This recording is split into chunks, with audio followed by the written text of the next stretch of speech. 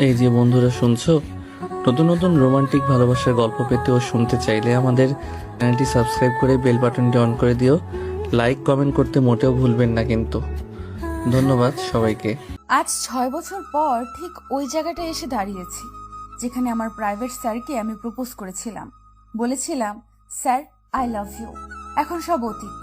আমি মাঝে মধ্যে এখানে এসে দাঁড়াই, মনটা হালকা হয়, বুকের ওপর থেকে একটা চাপ কমে যায়, যেন আমার প্রিয় মানুষের ঘ্রাণ এই বাতাসের সঙ্গে মিশে আছে।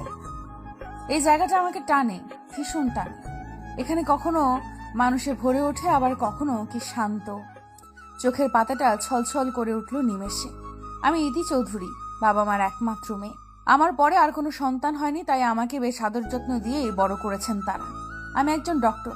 6টা বছরে নিজেকে পরিপূর্ণ গুছিয়ে তুলতে পেরেছি, শুধু মুভ অন করতে পারিনি।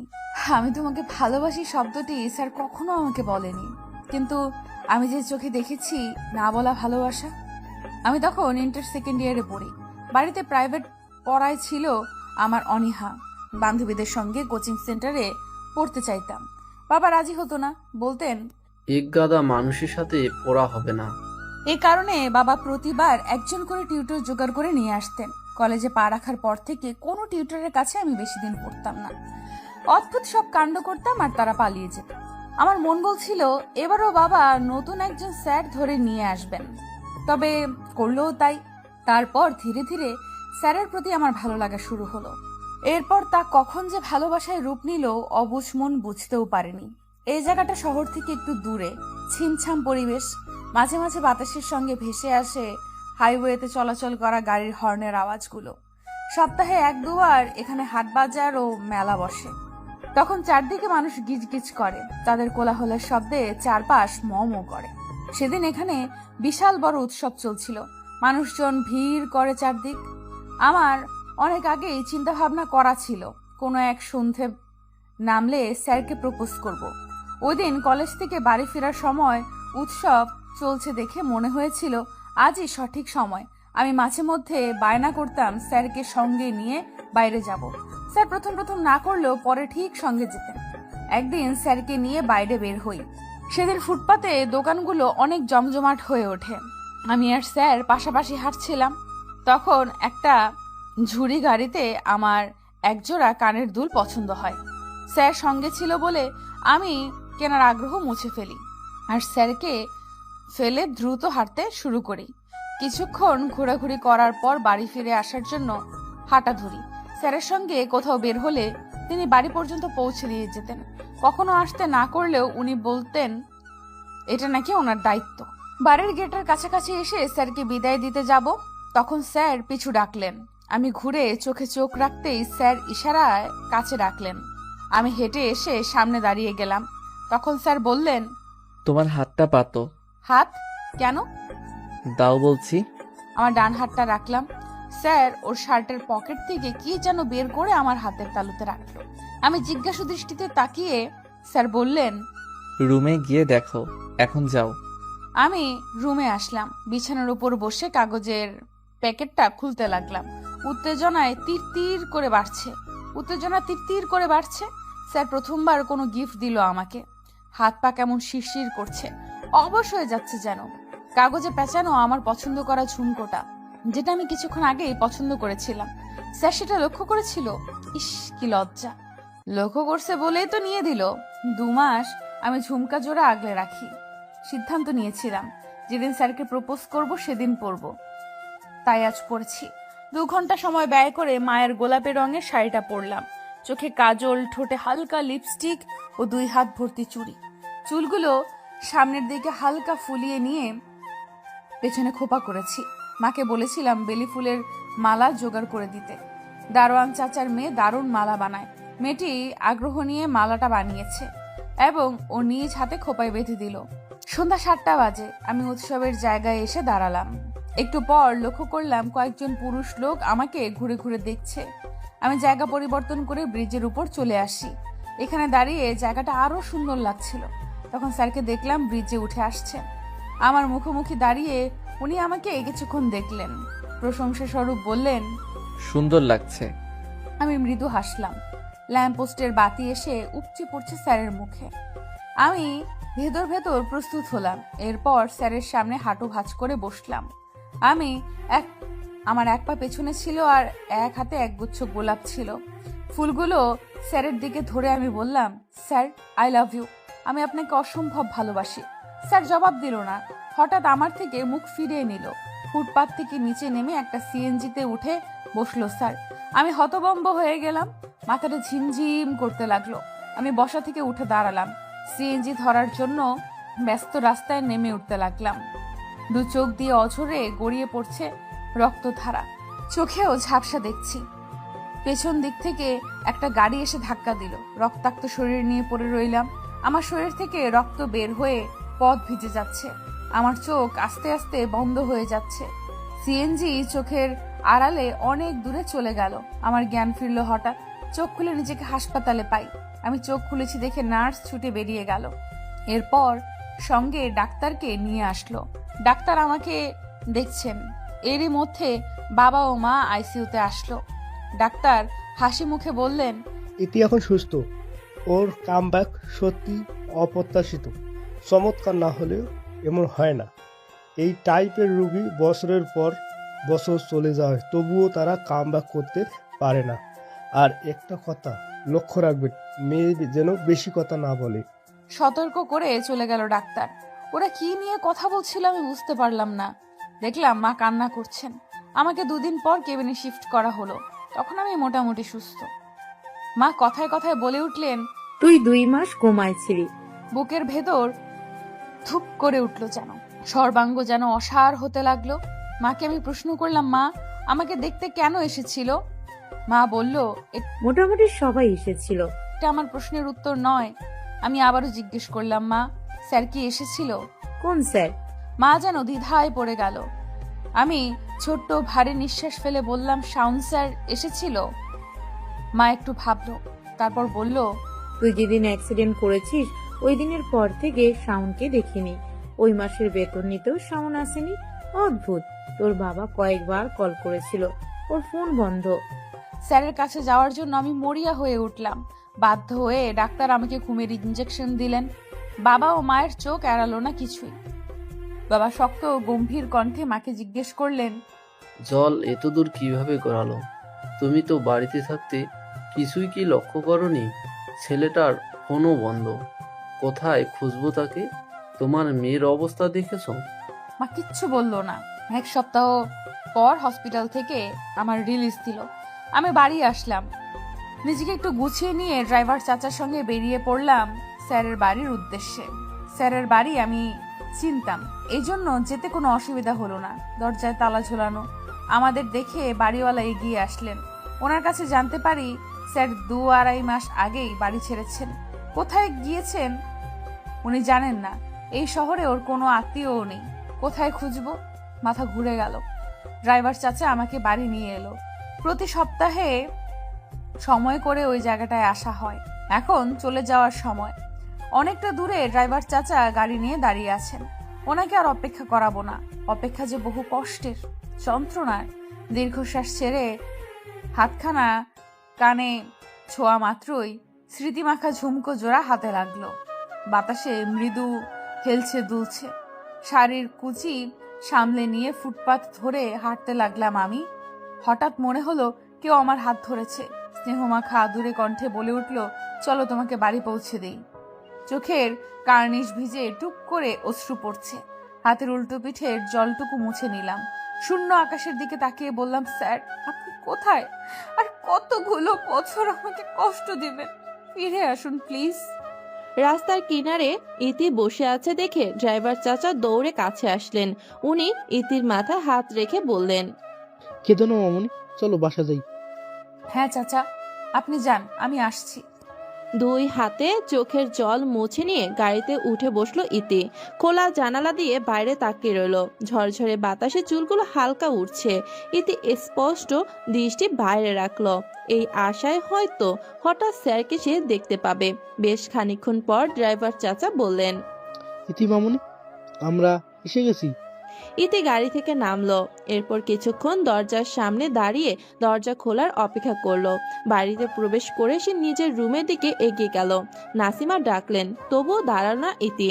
এখন মায়ের মুখোমুখি হলে তিনি বুঝে যাবেন ও কান্না করেছে। ইতি বাথরুম থেকে স্নান করে দীর্ঘ সময় পর বের হলো, দেখলো বিছানার উপর নাসিমা বসে আছে। ইতি বলল, আম্মু তুমি কখন এলে? তুমি যখন আমাকে উপেক্ষা করে রুমে ঢুকছিলে। মানে তুমি দীর্ঘ 30 মিনিট ধরে ঘরে বসে আছো? হুম। বলেই থামলো নাসিমা। এরপর বললেন, তাড়াতাড়ি নিচে খেতে আসো। তিনি আর কিছু জিজ্ঞেস করলো না, চলে গেল। ইতি বাধ্য মেয়ের মতন খাবার টেবিলে এসে বসলো। ইফাত শিকদারের বয়স বাড়ছে, সময়ের সাথে সাথে ওনাকে চশমা নিতে হয়েছে।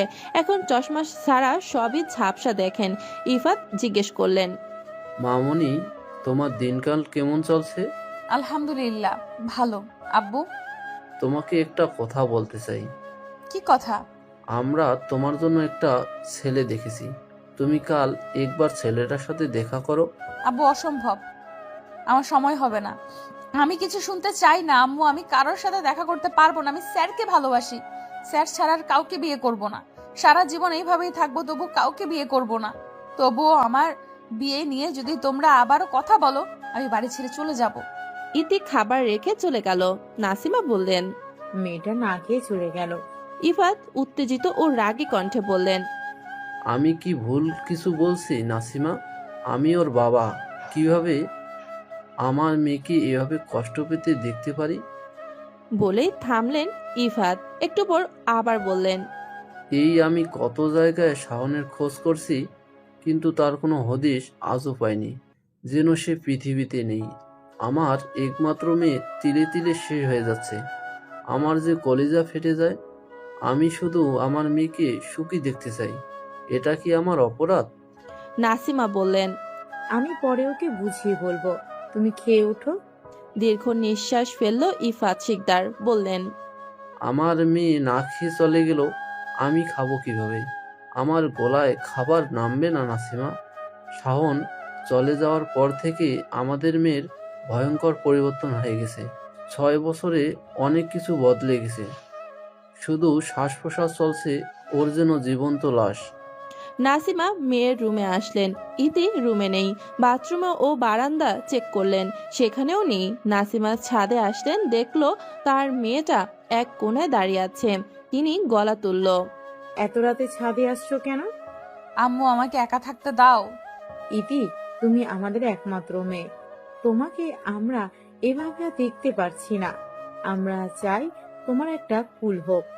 আম্মু আর কিছু বলবে না। আমি স্যারের জায়গায় কাউকে ভাবতে পারি না। এটা অসম্ভব। সাউন 6 বছর ধরে চলে গেছে, আর তুমি এখনো তাকে আঁকড়ে আছো কেন? আমি বাসা থেকে চলে যাব, আমাকে দেখবে না, তোমাদের কষ্টও হবে না। ইতি, নাসিমা ধমক দিলেন। এরপর করুণ কণ্ঠে বললেন, আমরা তোমাকে আর কিছু বলবো না। তোমার যা খুশি করো, কিন্তু বাড়ি ছেড়ে কোথাও যাবে না।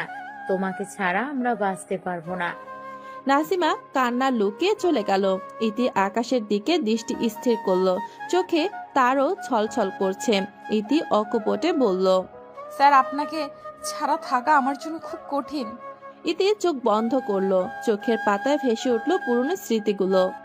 6 বছর আগে সকাল 8:30, মঙ্গলবার 28শে আগস্ট 2015। কুয়াশাচ্ছন্ন সকাল, হালকা কুয়াশায় ঢাকা প্রকৃতি। সকালে কুয়াশায় ঢাকা থাকে। সকালের শিশিরে ঘাস ভেজা, মৃদু ঠান্ডা বাতাসের সাথে সাথে শীতের মেজাজ। ভোর যখন হালকা কুয়াশায় ঢেকে যায়, তখন ধীরে ধীরে সূর্য দেখা যায়। সূর্যের রোশনি জানালার কাছে ঢুকে ঘরে পড়ে। আলমারির কাভার থেকে কলেজের পোশাক খুঁজতে লাগলো ইতি। সহসা চিৎকার করে বলে উঠল, আম্মু আমার পোশাক খুঁজে পাচ্ছি না, একটু খুঁজে দাও। নাসিমা বললেন, আমি রান্না করে নাস্তা বানাচ্ছি, তুমি দেখছো না? আজ নিজে নিজে খুঁজে নাও। ইতি বলল। আম্মু আমার দেরি হয়ে যাচ্ছে, খুঁজে দাও না। নাসিমা বিরক্তিকর কণ্ঠে বললেন, এই মেয়েকে নিয়ে যে কি করব? এত বড় হয়ে গেছে, অথচ নিজের জিনিসপত্র নিজে খুঁজে পারে না। পুরো দিন আমাকে জ্বালিয়ে মারবে। আম্মু, এটা পাচ্ছি না, ওটা পাচ্ছি না, উফ। মা, চিৎকার করছো কেন? ধমক দিল নাসিমা। আলমারির ভেতর একটু খোঁজাখুঁজির পর পোশাক পেয়ে গেলেন তিনি। তারপর বললেন, এই যে তোমার পোশাক, তুমি একটা কাজও ঠিক মতো করতে পারো না। তোমার কি হবে ইতি, একমাত্র আল্লাহ জানেন। আম্মু জামাটা দাও। রেডি হয়ে নিচে আসো, নাস্তা করে তারপর বের হবা। ঠিক আছে। ইফাত শিকদার বসে সকালে নিউজ পেপার পড়ছেন। হঠাৎ বললেন, ইতি মামনি, গুড মর্নিং। গুড মর্নিং আব্বু। বাবা মেয়ে দুজনে এসে নাস্তা করে নাও। ইতি ওর বাবার পাশের চেয়ার টেনে বসলো। ইতিকে ওর বাবা খাইয়ে দিচ্ছেন। সহসা ইতি পেট ভরে গেছে, সে উঠে দাঁড়ালো। তারপর বলল, কিসের বিয়ে? আমি তো বিয়েই করবো না, দেরি হয়ে যাচ্ছে, আমি এখন যাই। ইফাত শিকদার বললেন, দাঁড়াও, তোমাকে একটা কথা বলার আছে। ইতি দাঁড়িয়ে গেল। ইফাত বললেন, আজ থেকে নতুন স্যার আসবে তোমাকে প্রাইভেট পড়াতে। ছেলেটা খুবই ভদ্র। এর আগে স্যারেরা এক সপ্তাহ ওকে টিকে নেই, জানি না কি করো, তারা ভয়ে পালিয়ে যায়। ওর সাথে কোনো দুষ্টুমি করবে না, বুঝেছো? নাসিমা বললেন, এখন থেকে একটু শাসন করো। তোমার মেয়ের ওর বন্ধুদের সাথে মিলামেশা বন্ধ করো। বন্ধুদের জন্যই দিন দিন ফাজিল হচ্ছে। ইতি ঠোঁট উল্টিয়ে হাসলো। মনে মনে ভাবলো, আম্মু, তুমি যে বন্ধুদের ফাজিল বলছো, আমি সে দলের প্রধান। ইফাত বললেন, দিন দিন বড় হচ্ছ ইতি, এখন থেকে ম্যাচুর হও। ইতি ওর বাবার সঙ্গে কথা শেষ করে বাড়ি থেকে বেরিয়ে গেল। ইফাত গাড়ি নিয়ে আজ গাজীপুরের বাইরে যাবেন। এর জন্য ইতির আজ রিক্সা করে যেতে হবে। ইতি রাস্তার পাশ দিয়ে ফুটপাত ধরে হাঁটতে লাগলো। এরপর স্যারদের সঙ্গে দুষ্টুমির ঘটনা মনে করতে লাগলো। একজন স্যার তিনি ভীষণ বোকাশোকা ছিল। ওনার চায়ের কাপে মরা তেলাপোকা দেয় ইতি। উনি চা খেতে যাবেন, তখন তেলাপোকা দেখে ছিটকে দূরে সরে যান। তখন ইতি লোকটাকে ভয় দেখিয়ে বলে চলে যাওয়ার জন্য। যদি না যায় তাহলে আরো ভয়াবহ কিছু করবে। লোকটা সেদিন যে গেল আর পড়াতে আসেনি। এরপর অন্য আরেক স্যারকে নির্ঝর রাস্তায় বন্ধুদের নিয়ে শাসিয়েছিল। লোকটা দুদিন পড়িয়ে তারপর বিদায় হয়। এরপর 2 মাস পার হয়ে গেল। বাবা আবার নতুন স্যার নিয়ে আসছে। ইতি ভাবতে লাগলো সে এই স্যারকেও কিভাবে তাড়াবে। রাস্তার মোড়ে এসে রিক্সার জন্য দাঁড়িয়ে গেল ইতি। বেশ কিছু রিক্সা ছুটে যাচ্ছে, খালি রিক্সা নাই বলেই চলে। কিছুক্ষণের অপেক্ষা করার পর একটা খালি রিক্সা পাওয়া গেল। ইতি উচ্চকিত গলায় ডাকলো, আঙ্কেল যাবেন? ইতি ঠিক বাপ পাশে দাঁড়ালো এক ছেলে, বলল, ওই মামা যাবা? ইতির সামনে রিক্সাটা দাঁড় করিয়ে রিক্সাওয়ালা জিজ্ঞেস করলেন, আপনারা কই যাইবেন? ইতি বলল, আমি শাহিন কলেজে যাব। ছেলেটা বলল, 4 নাম্বার গেট যাব। রিক্সাওয়ালা জিজ্ঞেস করলেন, আপনারা দুইজন দুই জায়গায় যাইবেন, আমি একজন নিয়ে যাইতে পারুম, কে যাইবেন? ইতি বলল, আমি আপনাকে আগে রাখছি, এই জন্য আমি যাব। সে কোমল স্বরে বলল, আমিও ডেকেছিলাম, তাই আমি যাব। আপনি প্লিজ অন্য রিক্সা করে যান, আমার চাকরির ইন্টারভিউ আছে। আমি সময় মতো পৌঁছাতে না পারলে চাকরিটা পাবো না। ইতি বলল, আমারও কলেজ যেতে দেরি হচ্ছে, তাই এই রিক্সায় আমি যাব, আপনি অন্য রিক্সা খুঁজুন। দেখুন প্লিজ। আমি যাব। গতকাল রাতে বৃষ্টি হয়েছিল। রাস্তার কিনারায় পানি জমে আছে। ঝগড়ার এক পর্যায়ে ইতি লোকটাকে ধাক্কা দিয়ে ফেলে রিক্সায় উঠে বসলো। তারপর বলল, আপনি তাড়াতাড়ি চলুন। সাদা রঙের টি শার্ট কাদা পানিতে ভিজে গেছে। এই অবস্থায় চাকরির জন্য ইন্টারভিউ দিতে সে যেতে পারবে না। মাটির উপর থেকে ফাইলটা নিয়ে উঠে দাঁড়ালো।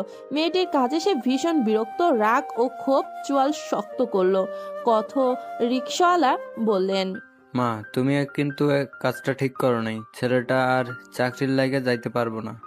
আমার কিছু করার ছিল না আঙ্কেল, ক্লাসে সময় মতো না পৌঁছালে স্যার বাহিরে দাঁড় করিয়ে রাখবেন। ইতি রিক্সার ভাড়া মিটিয়ে চলে গেল। ক্লাস শুরু হয়েছে। ইতিকে ক্লাসে প্রবেশ করার অনুমতি স্যার দিল না। ক্লাস শেষ না হওয়া পর্যন্ত সে বাইরে দাঁড়িয়ে থাকলো। দ্বিতীয় ক্লাসে প্রবেশ করে। 2টো ক্লাস শেষ হলো। ইতির বন্ধুরা তাকে ঘিরে বসলো। তারপর মিম জিজ্ঞেস করলো, কি রে, কি হয়েছে? কথা বলছিস না কেন? 2টো ক্লাসেই চুপ ছিলি। ইতি ওদের সাথে বিষয়টি শেয়ার করলো। ওরা হেসে লুটিয়ে পড়েছে। আভরু বলল, এরকম ঘটনা এই প্রথম না, এর আগে এমন বহুত কাজ করছিস। মুন্নি বলল, ছেলেটার সাথে এমন করা উচিত হয়নি। সে তো বলেছিল তার চাকরির ইন্টারভিউ আছে। নিশ্চিত এমন ময়লা শরীরে ইন্টারভিউ দিতে যেতে পারেনি। রুবেল বলল, যা হওয়ার হয়ে গিয়েছে, এখন সেসব নিয়ে মাথা ঘামালে কি সব সলভ হয়ে যাবে? আচ্ছা, এসব এখন বাদ দে, চল ফুচকা খেতে যাই, আর সব বিল তানিম দিবে। তানিম আটকে উঠল। আমি কেন দিব? রুবেল বলল, তুই দিবি, কারণ গতবার আমি দিয়েছিলাম। আবরু ইতির গা ঘেঁষে বসলো, তারপর জিজ্ঞেস করলো, ছেলেটা দেখতে কেমন? ইতি একটু ভাবলো, বলল, আমি তার যথেষ্ট কাছাকাছি ছিলাম, তাই তাকে ভালো মতো দেখতে পেয়েছি। তার শরীরের গঠন অনেক ভালো, পেশিবহুল ছিল না, পাতলা ও লম্বা। আর সবচেয়ে বৈশিষ্ট্য ছিল তার চোখ আমার মনে হয়েছিল দেখতে বাঘের মতো। সে ব্যক্তিগতভাবে অত্যন্ত সুদর্শন আর খুব সুন্দর ছিল। তার ত্বক ফরেনারের মতো পরিষ্কার, এবং সে আমার সঙ্গে কথা বলার সময় মাথা নিচু করেই কথা বলছিল। বোধহয় মেয়েদের সঙ্গে কথা বলতে লজ্জা পায়। মিম বলল, তোকে শুধু জিজ্ঞেস করা হয়েছে ছেলেটা দেখতে কেমন, তুই পুরো ডিটেলসে সব বলছিস। ইতি বাকরুদ্ধ। মুন্নি বলল, এসব ছেড়, বিকেলে ফুচকা খেতে যাবি? ইতি বলল, আমার যাওয়া হবে না। এক নিঃশ্বাসে ইতি বলল, আমাকে পড়ানোর জন্য আজকে নতুন স্যার আসবেন। ওরা অবাক হলো, অস্পষ্ট স্বরে জিজ্ঞেস করলো। আবার রুবেল জিজ্ঞেস করলো, এই সারের সঙ্গে কি করবি? ইতি বলল, ভাবছি। কলেজ গেটের সামনে গাড়ি নিয়ে অপেক্ষা করছেন আব্দুল মিয়া। ইতি বের হতে সে এগিয়ে এলো। ইতি জিজ্ঞেস করলো, চাচা আব্বুর সাথে যাওনি? আব্দুল বললেন, মামনি বড় সাহেব অফিসে গাড়ি নিয়ে গেছে, তুমি এখন গাড়িতে উঠো, ম্যাডাম বলেছেন তাড়াতাড়ি বাসায় যেতে। ইতি গাড়িতে বসলো। আব্দুল গাড়ি চালাচ্ছিল, এর মাঝে একবার জিজ্ঞেস করলেন, আজ কলেজে আসতে তোমার কোনো সমস্যা হয়নি তো? কোনো সমস্যা হয়নি চাচা। আব্দুল আর কিছু বলল না, নিঃশব্দে গাড়ি চালাতে লাগলেন। সদর দরজা খোলা। ইতি চুপচাপ ভেতরে চলে গেল। নাসিমা রান্নাঘরে কিছু কাজ করছে। ইতি হঠাৎ পেছন থেকে চিৎকার করে উঠল, হৌ! নাসিমা অবাক। মা ভয় পেয়েছে দেখে ইতি হেসে উঠল। নাসিমা একটু রাগী গলায় বললেন, ইতি? ইতি ঠোঁটে একটা হাসি ঝুলিয়ে বলল, আম্মু তুমি ভয় পেয়েছো? নাসিমা একটা কাপড় নিয়ে হাত মুছে বললেন, পাঁজি মেয়ে, দাঁড়াও, আমি তোমাকে মজা দেখাচ্ছি। ইতি আর দাঁড়ায় না, রুমে ছুটে গেল। মাকে ভয় পাইয়েছে ভাবতেই একা একা খাটে বসে অনেকক্ষণ হাসলো।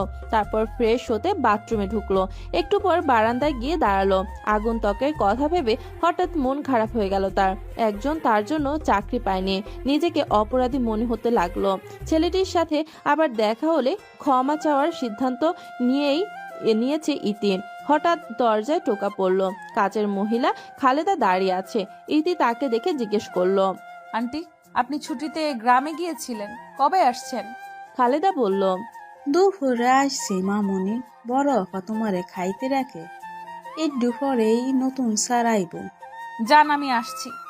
স্যারের কথাটা শুনে কপাল ভাঁজ হয়ে গেল। সে খাবারের প্লেট নিয়ে টিভির সামনে বসে টম অ্যান্ড জেরি দেখে দেখে খেতে লাগলো। নাসিমা হঠাৎ বলে উঠল, খাওয়ার সময় টিভি দেখে কে? আম্মু সবাই দেখে। টম অ্যান্ড জেরি দেখে দিন দিন তাদের মতো হয়ে যাচ্ছ। এখন টিভি বন্ধ করে তাড়াতাড়ি খাওয়া শেষ করে পড়তে বসো, যাও। শাওন কিছুক্ষণের মধ্যে চলে আসবে। এতে ভুরু কুচকে বলল, মা শাওন কে? নাসিমা খানিকটা বিরক্ত কণ্ঠে বললেন, নাম ধরে বলছো কেন? কতদিন তোমাকে বলেছি বড়দের নাম ধরে ডাকবে না। এতে অবাক কণ্ঠে বলল, আমি কি করে বুঝবো সে বড় না ছোট? নাসিমা খানিকটা রাগী গলায় বললেন, শাওন আহমেদ তোমার নতুন টিউটর। এতে বিড়বিড় করে বলল, এই নতুন স্যারকে নিয়ে কি করব? কেউ কল্পনাও করতে পারবে না। আমি রুমে যাচ্ছি।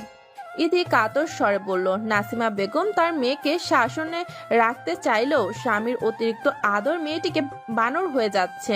রোজ একজন হলেও তার নামে বিচার আনবে। নাসিমা শাসন করতে গেলে ইফাত বাধা দেয় আর বলে, এখনই তো বয়স, এই বয়সে দুষ্টুমি না করলে কবে করবে? ইতি টেবিলে বসে আছে, গালে হাত রেখে বইয়ের পাতা উল্টাতে লাগলো। হঠাৎই একটি পুরুষালী কণ্ঠস্বর শোনা গেল। সমস্ত অলসতা দূর হয়ে গেল তার। আসসালামু আলাইকুম।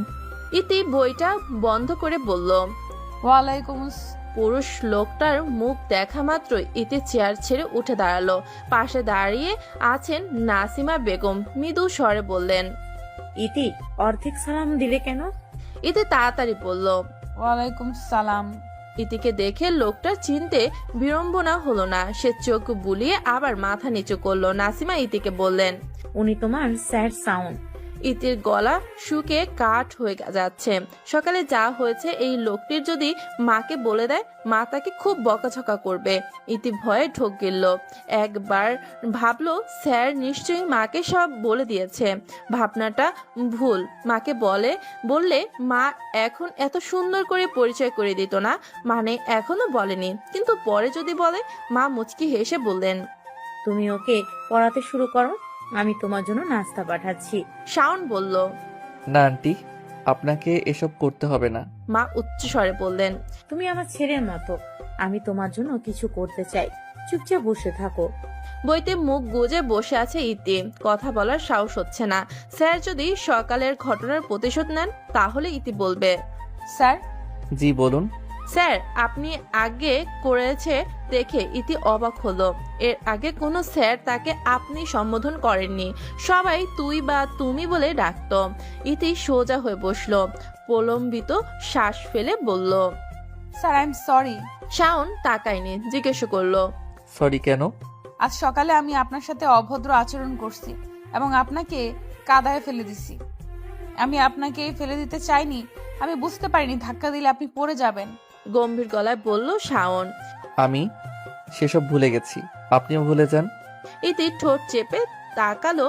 সকালের এই লোকটাকে সে দেখেছে একটা রিকশার জন্য তার সাথে তর্ক করতে। এখন এসেই লোক তারই সামনে গম্ভীর ভঙ্গিতে বসে আছে।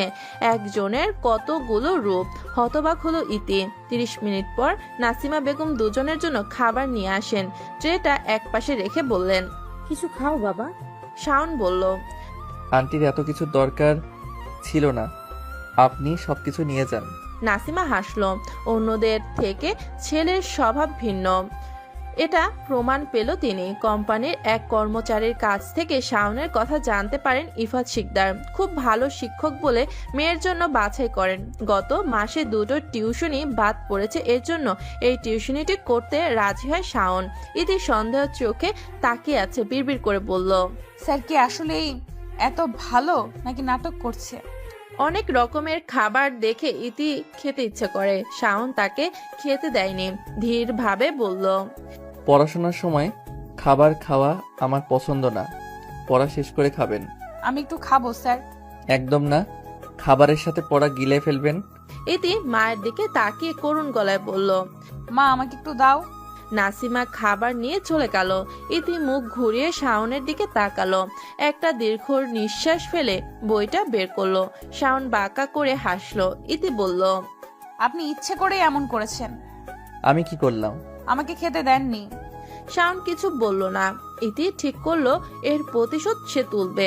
লেখার মাঝখানে হঠাৎ বলল, স্যার আমার কলমে কালি ফুরিয়ে গেছে, ওই টেবিলের 2 নাম্বার ড্রয়ারে কলম রাখা আছে, আমাকে একটু এনে দিবেন? আচ্ছা, আমি নিয়ে আসছি। ড্রয়ারে কলম না পেয়ে স্যার বলল, এখানে কলম নেই।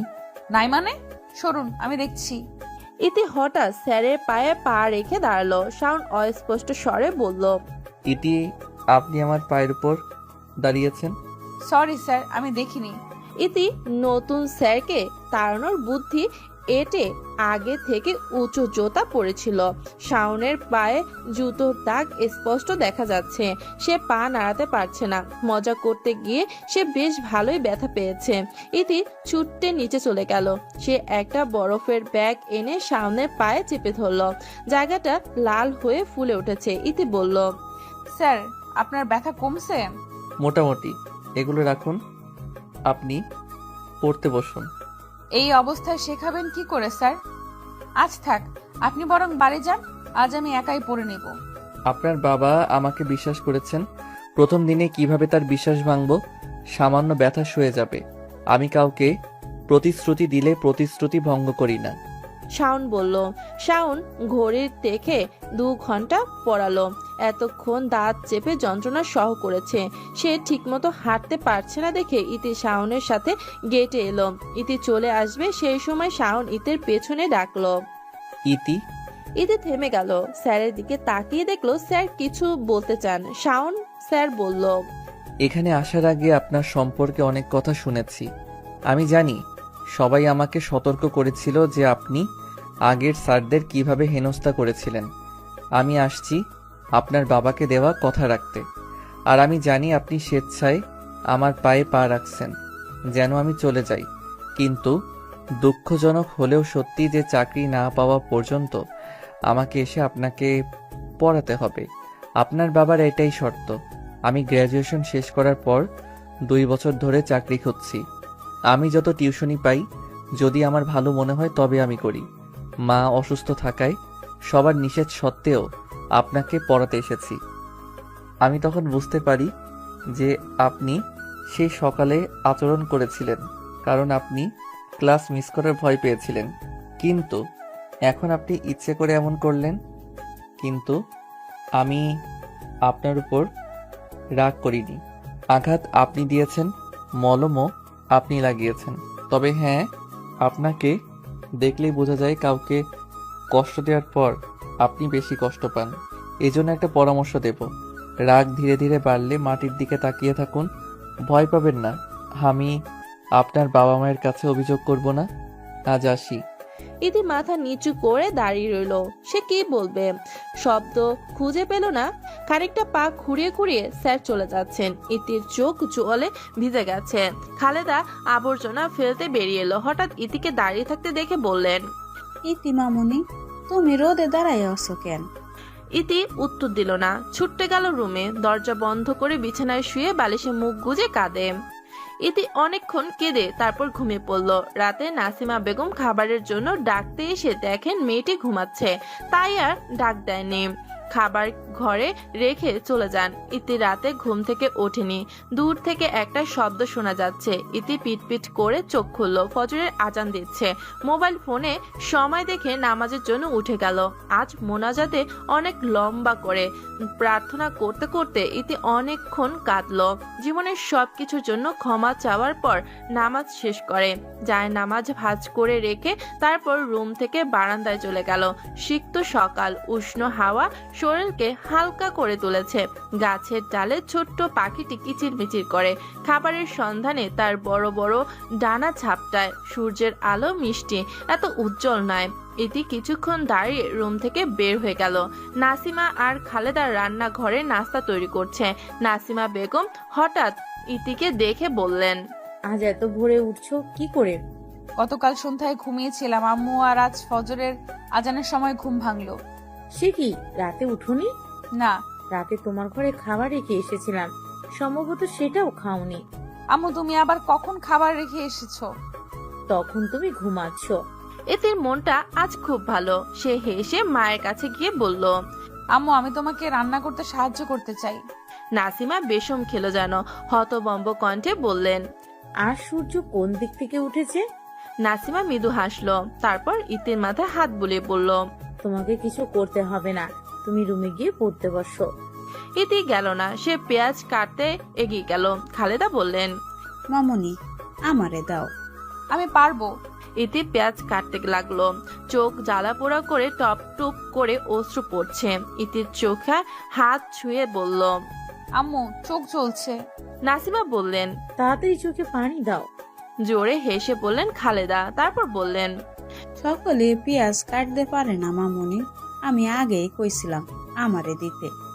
ইফাত শিকদার ড্রয়িং রুমে বসে খবর পড়ছেন। হঠাৎ নাসির শব্দ শুনে রান্নাঘরের দিকে এগিয়ে গেল। ইতির অবস্থা দেখে আন্দাজ করলেন এখানে কি হয়েছে। ইফাত শিকদার কড়া গলায় বললেন, আমার মেয়ে কাটছে আর তুমি হাসছো? বলেই থামলেন। তারপর ইতির কাছে গিয়ে বলল, মামুনি, ছুরি রাখো, তোমাকে এসব করতে কে বলেছে? খালেদা বললেন, স্যার, আমরা কই নাই, ইতি মামুনি আমগো হেল্প করতে আইছে। ইফাত শিকদার বললেন, আহা খালেদা, ওটা হেল্প হবে না, বলুন হেল্প। খালেদা কিছুক্ষণ চুপ করে থাকেন। তারপর বললেন, খালি। ইতি হঠাৎ করে হেসে উঠল। নাসিমা বললেন, তোমার মেয়ের হঠাৎ রান্নার প্রতি আগ্রহ তৈরি হয়েছে। ইতি রাতে জানে না মেয়েরা প্রথমবার রান্না শিখে মায়ের কাছ থেকে। তার মেয়ের বেলায় না হয় উল্টোই হলো। ইফাত শিকদার ইতিকে রান্না শেখানোর সিদ্ধান্ত নেন। সে একটু থেমে বললেন, তোমরা রান্নাঘর থেকে বের হও, আমি আর আমার মেয়ে আজ নাস্তা বানাবো। নাসিমা হেসে চলে গেল। ড্রয়িং রুমের সোফায় বসলেন, টিভি অন করে মুভি দেখতে লাগলো। খালেদা খুবই চিন্তিত। রান্নাঘরে নোংরা হলে তাকে পরিষ্কার করতে হবে। খালেদা বললেন, আফা আমি রান্নাঘরে গিয়া দেখে আহি হেরা কি করে। নাসিমা বললেন, চিন্তা করো না, তোমার স্যার দেশি বিদেশি সব খাবারই ভালো রান্না করতে পারেন, সে সব সামলে নেবেন। আমরা পালিয়ে বিয়ে করি কারণ আমাদের পরিবার আমাদের প্রেম মেনে নেয়নি। পরিবারের কেউ আমাদের ঘরে ঢুকতে দেওয়া হয়নি। এরপর আমরা আসি গাজীপুর শহরে। তোমার স্যার কঠোর পরিশ্রম করে আজ একটি কোম্পানির মালিক হয়েছেন। আমার বিয়ের 5 বছর পর ইতির জন্ম হয়। ওকে পেটে নিয়ে আমি কিছু করতে পারতাম না। তোমার স্যার রান্নাঘর ও বাড়ির সব কাজ নিজ হাতে করতেন। আল্লাহ আমাকে তার মতো স্বামী দিয়েছেন। আল্লাহর কাছে অনেক ধন্যবাদ। খালেদা চোখে জল। নাসিমা এখন বললেন, এ বিষয়ে ইতি কিছুই জানে না। আর সে জানে না যে তার নানা বাড়ি আছে, দাদার বাড়ি আছে। ডাইনিং টেবিলে সব আইটেম গুছিয়ে রাখলো ইতি। তারপর উচ্চস্বরে বলল, আম্মু খেতে আসো। ক্যাম্পাসে বসে বাদামের খোসা ছাড়াচ্ছে ইতি। নাইম বলল, ইতি তুই গতকাল অনেক কিছু মিস করছিস। ইতি তাকালো, বলল, লাইক? চৌরোডে বিশাল মেলা বসেছিল, সন্ধ্যার পর আমরা সবাই যাই, শুধু তুই আর তানিম বাদে। ইতি বলল, আগামী সপ্তাহে যাব। রুবেল হঠাৎ জিজ্ঞেস করলো, তোমার টিউটরের খবর কি? ইতি হতাশ গলায় বলল, যে ছেলেটাকে গতকাল ধাক্কা দিয়েছি, আমার জন্য কাজের ইন্টারভিউ দিতে পারেনি, সেই আমার নতুন স্যার। ওরা হতবাক। মুন্নি ঝাপসা করে বলল, কি? তানিম জিজ্ঞেস করলো, তোকে কিছু বলেনি? না।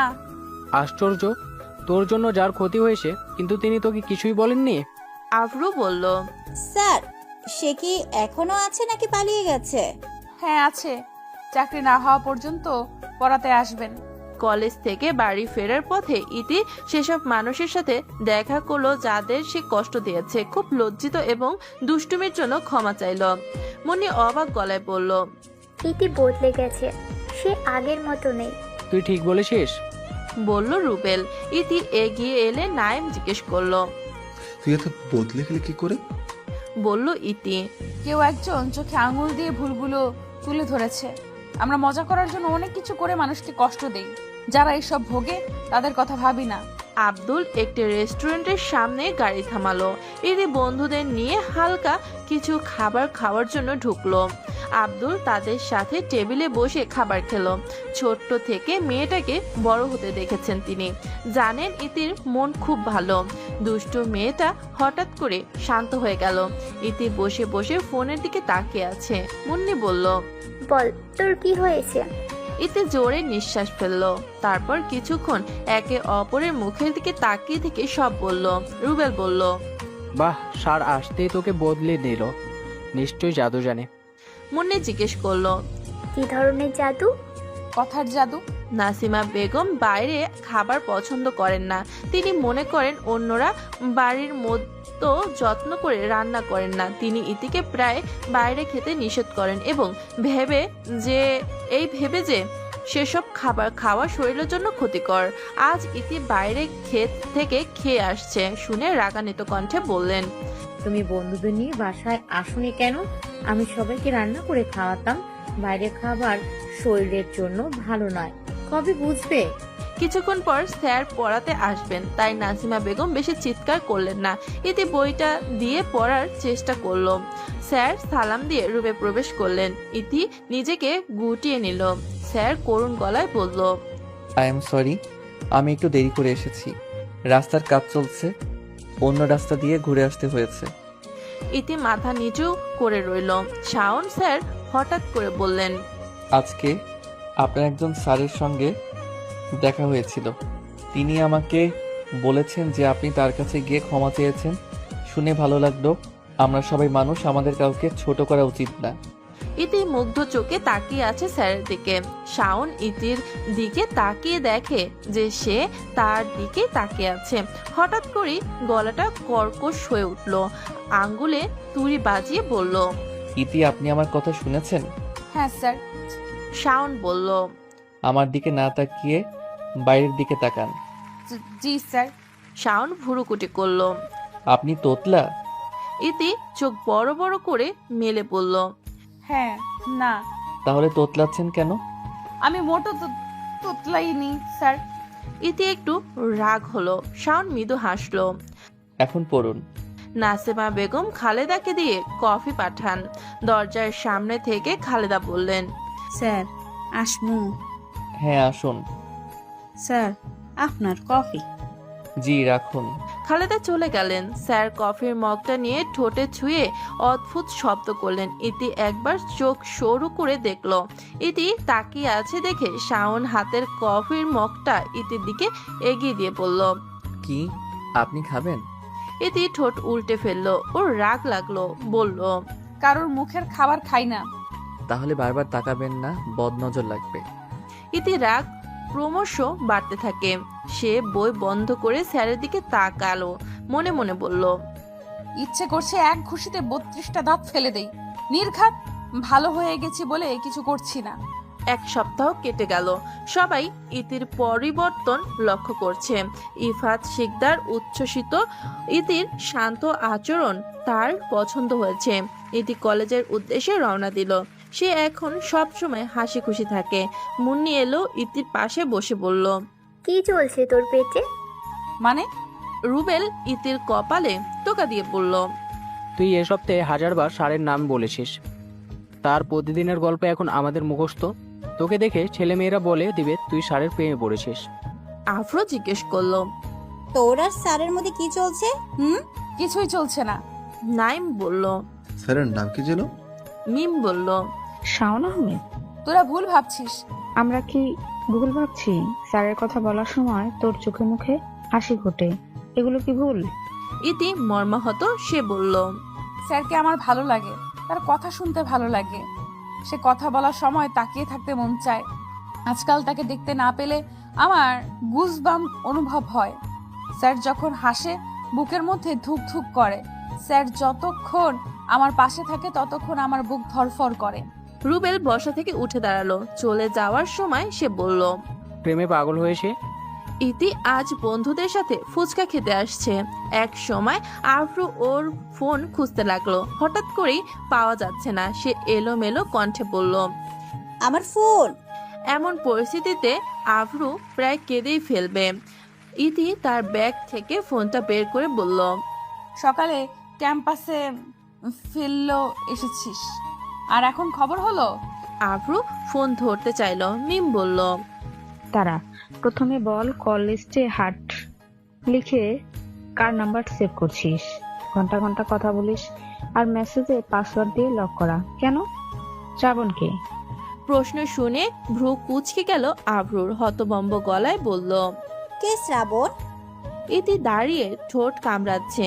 মুন্নি বিরক্ত গলায় বলল, তুই এখন চিনতে পারছিস না? তলে তলে টেম্পো চালাও, আমরা বললেই চিনি না। রুবেল একটু ঝুঁকে পরে জিজ্ঞেস করলো। মিম বললেন, কি হলো বল। তোরা কি ওই নাম্বারে ফোন করেছিলি? না, লোকটা করেছিল, তবে তিনি নিজের পরিচয় দিয়েছেন। আমরা তোর কাছ থেকে শুনতে চাই। আফরু কিছুক্ষণ সময় নিল, জোরে নিঃশ্বাস ফেলে বলল, আমি একটা সম্পর্কে আছি, তার সাথে আমার পরিচয় ফেসবুকে, তারপর ধীরে ধীরে ভালো লাগা থেকে ভালোবাসা। কি ছেলেটার সাথে দেখা করেছিস? না, আমরা আগামী সপ্তাহে দেখা করার প্ল্যান করেছি। সে শুক্রবারে ঢাকা থেকে আসবে। তিনি দেখা করতে আসবেন, আমরা তোর সাথে যাব, সামনাসামনি দেখবো ভাইয়াটা কেমন, রাজি কিনা বল। আফরু চাপে পড়ে রাজি হয়ে গেল। আফরু বলল, তোকেও স্যারকে আনতে হবে। ইতি হতভম্ব হয়ে গেল। সে অস্পষ্ট স্বরে বলল, কি স্যার? কি স্যার? কিন্তু সে আমার বয়ফ্রেন্ড নয়। এখানে সবাই মিঙ্গেল, একমাত্র তুই সিঙ্গেল। এতগুলো মিঙ্গেলের মাঝে তুই একা কি করবি? তাই তুই স্যারকে সঙ্গে নিয়ে তবে আসবি। ইতি চমকে উঠল। রুবেল বলল, ঘটনাটা স্যারকে বুঝিয়ে বলতে পারলে স্যার ঠিকই আসবেন। সদর দরজার খুললেন নাসিমা বেগম। ইতিকে দাঁড়িয়ে থাকতে দেখে জিজ্ঞেস করলেন, আজ এত দেরি কেন? আমি আজ বন্ধুদের সাথে ফুচকা খেতে গিয়েছিলাম, তাই দেরি হয়ে গেছে। আবার রাস্তার খাবার? আচ্ছা যাও, এখন ফ্রেশ হও। ঠিক আছে। ইতি রুমে এলো, স্নান করে ফ্রেশ হলো। খাওয়া দাওয়া শেষ করে সে অপেক্ষা করছে স্যার আসার জন্য। একটু পর শাওন স্যার এলেন। ইতির মন খারাপ দেখে জিজ্ঞাসা করলেন কি হয়েছে। ইতি প্রশ্নটা এড়িয়ে যায়, কিছু না বলে পড়তে লাগলো। 2 ঘন্টা পর শাওন চলে গেল। এভাবে 6 দিন কেটে গেল। ইতি স্যারকে এখনো কথাটা বলতে পারেনি। ইতির কথা শুনে স্যার কেমন রিয়াক্ট করবে তা নিয়ে সে চিন্তিত। আজ বৃহস্পতিবার, কাল শুক্রবার। যা বলা দরকার তা আজই বলতে হবে এবং স্যারকে রাজি করাতে হবে, নইলে সে যেতে পারবে না। ক্লাসে বসে ইতি এসব ভাবতে থাকে। হঠাৎ আভ্রু বলল, আজ কিন্তু শেষ দিন। মুন্নি বলল, এত ভয় পাচ্ছিস কেন? রুবেলকে দেখতো, সে আমাকে ভালোবাসতো কিন্তু বলতে পারেনি। আমি বলেছি বলেই প্রেম হয়েছে। তুই সাহস করে বল, তোরও হবে। মিমের কথার মাঝে ফোড়ন কাটলো। সাবধানে, তুই ওর কৌশলে কান দিবি না। ভুলে যাবি না যে ওর কথা শুনে নাইমকে প্রপোজ করতে গিয়ে চল খেয়েছিলাম। নাইম হঠাৎ বলে উঠল। পরে তো চুমো দিয়েছিলাম। মিম কপালে হাত রেখে বলল, সরি, চুমুর কথা সবাইকে বলতে হবে কেন? সরি। ইতি বলল, আমি আমার মতো করে স্যারকে বলবো, তোদের জ্ঞান দিতে হবে না। আর যদি দেখিস আমি আসিনি তাহলে বুঝবি আমি স্যারকে বলতে পারিনি বা তিনি রাজি হননি। আভ্রু বলল, স্যার রাজি হলে ফোন করে জানাবি। ছুটি শেষে রুবেল মুন্নির সঙ্গে বেড়াতে যায়। রাস্তার এক পাশে বিশাল লেক, ও পাশে ফুলের বাগান, একটু সামনে ফুচকার স্টল। মুন্নি দাঁড়িয়ে আছে। রুবেল হাতে একটি বেলি ফুলের চুড়ি পরিয়ে দিল। মুন্নি বিস্মিত গলায় বলল, কখন আনছিস সেটা? অনেকক্ষণ হয়ে গেল, তুই এখন আমাকে তুই করে বলিস। মুন্নি খুশি হয়ে বলল, তোকে তুমি বলে ডাকলো, ভাবতেই কেমন হাসি পাই। সঙ্গে সঙ্গে রুবেলের চেহারা বদলে গেল। রুবেলের মুখ গম্ভীর। রুবেল একটা মাস্ক মুন্নির দিকে দিয়ে বলল, তোমার জন্য গিফট, আমি বাড়ি গিয়ে খুলবি।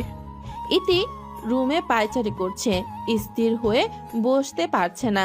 গম্ভীর শ্বাস টেনে নিজেকে শান্ত করলো। শাওন এলো, সে প্রতিদিনের মতো সালাম দিল। আসসালামু আলাইকুম। ওয়ালাইকুম সালাম স্যার। শাওন চেয়ার টেনে বসলো। ইতির মুখটা খুব চিন্তিত দেখাচ্ছিল। শাওন জিজ্ঞেস করলো, ইতি, আর ইউ ওকে? হ্যাঁ স্যার, আমি ঠিক আছি। তুমি এভাবে ঘামছো কেন? গরম লাগছে। এসির পাওয়ার বাড়িয়ে দাও। ইতির সাথে শাওনের সম্পর্ক আগের চেয়ে সহজ হয়েছে। ইতি স্যারকে বলে, স্যার আমি আপনার থেকে অনেক বছরের ছোট, আপনি আমাকে তুমি বলে ডাকবেন। সেদিন থেকে শাওন তাকে তুমি বলে সম্বোধন করে। আগের স্যারেরা তাকে তুই বা তুমি বলে ডাকলে তার ভালো লাগেনি, কিন্তু শাওনের মুখ থেকে তুমি সম্বোধন শুনতে সে নিজে মুখ ফুটে বলেছে। ইতি ঢোক গেল, তারপর বলল, স্যার আপনাকে একটা অনুরোধ করতে পারি? কি অনুরোধ? আপনি কি কাল আমার সাথে বাইরে যাবেন? সারা দিন আমার আর আমার বন্ধুদের সাথে থাকবেন। কথাটা শাওন বুঝতে পারেনি। ইতি হাঁপাচ্ছে, হা করে মুখ দিয়ে নিঃশ্বাস ফেলছে। শাওন বলল, কি হয়েছে? আমার দম বন্ধ লাগছে। শাওন এক গ্লাস পানি তুলে ধরলো ইতির দিকে। আস্তে খাও। ইতি হাত থেকে গ্লাসটা টেবিলে রাখলো। শাওন বলল, এবার ডান হাত দিয়ে একটি নাসারন্ধ্র ধরে অন্যটি দিয়ে শ্বাস নাও, আর হাত পরিবর্তন করে বাম হাতে নাক চেপে ধরে শ্বাস ছাড়ো। ইতি একটা দীর্ঘ নিঃশ্বাস ফেললো। একটু শান্ত শাওন বলল, এখন বলো। ইতি কিছুক্ষণ পর উত্তর দিল, স্যার কলেজে ট্রুথ এবং ডেয়ার খেলায় আমি ডেয়ার নেই, বন্ধুরা আমাকে দিয়েছে। আমরা কাল ঘুরতে যাব, তো ওরা বলেছে আপনাকে আমার সাথে নিয়ে যাওয়ার জন্য। এটাই ডেয়ার, আমি যদি না পারি তাহলে আমার ঘুরতে যাওয়া হবে না। আর আপনি তো আমার সাথে যাবেন না, তাই আমার যাওয়া হবে না, আমি হেরে যাব। শাওন গম্ভীর ভঙ্গিতে বলল, কখন যাবে? আমি কিন্তু বেশি দিন থাকতে পারবো না। মাকে পরীক্ষার জন্য হাসপাতালে নিয়ে যেতে সন্ধ্যার আগে ফিরতে হবে। ইতির চোখ চকচক করে উঠল। শাওন স্যার বলল, আমি নিশ্চিত নই তোমরা কোথায় যাবে। আমি রেডি থাকবো, তুমি গাড়িতে তুলে নিও। স্যার ঠোঁটে হাসি ফুটিয়ে বলল। ইতি উত্তেজিত হয়ে উঠল। সে চেয়ার ছেড়ে হঠাৎ শাওনকে জড়িয়ে ধরল। শাওন হতবাক। ইতি তাৎক্ষণিক সরে গেল। দ্বিধাগ্রস্ত কণ্ঠে বলল, সরি স্যার, ভুল হয়ে গেছে। শাওন চেয়ারে ছেড়ে উঠে দাঁড়ালো, তারপর চলে গেল। ইতির ভয় করছে শাওন কিছু না বলে চলে যায়। রাতেই প্ল্যান হয়ে গেছে কে কি পরবে। মেয়েরা শাড়ি আর ছেলেরা পাঞ্জাবি।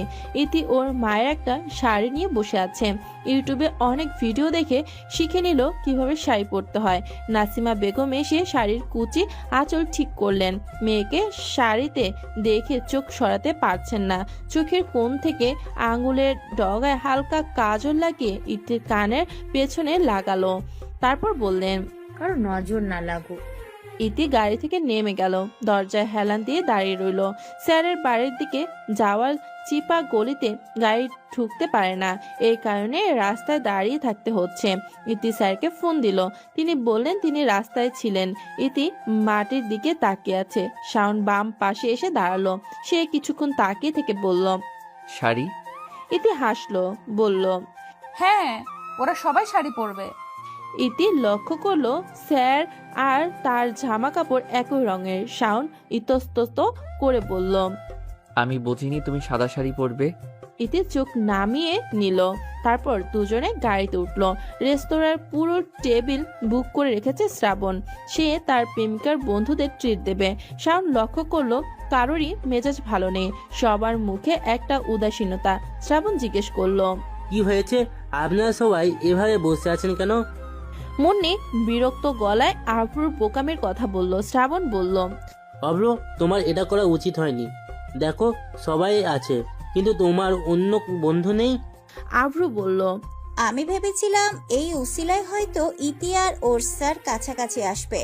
কিন্তু তোমার চিন্তা লাভ কম ক্ষতি বেশি করেছো। সরি। রুবেল বলল, ইতি থাকলে মজা হতো। শ্রাবণ সবার পছন্দের খাবারের অর্ডার দিল। আভ্রু এখনো বলেনি সে কি খাবে।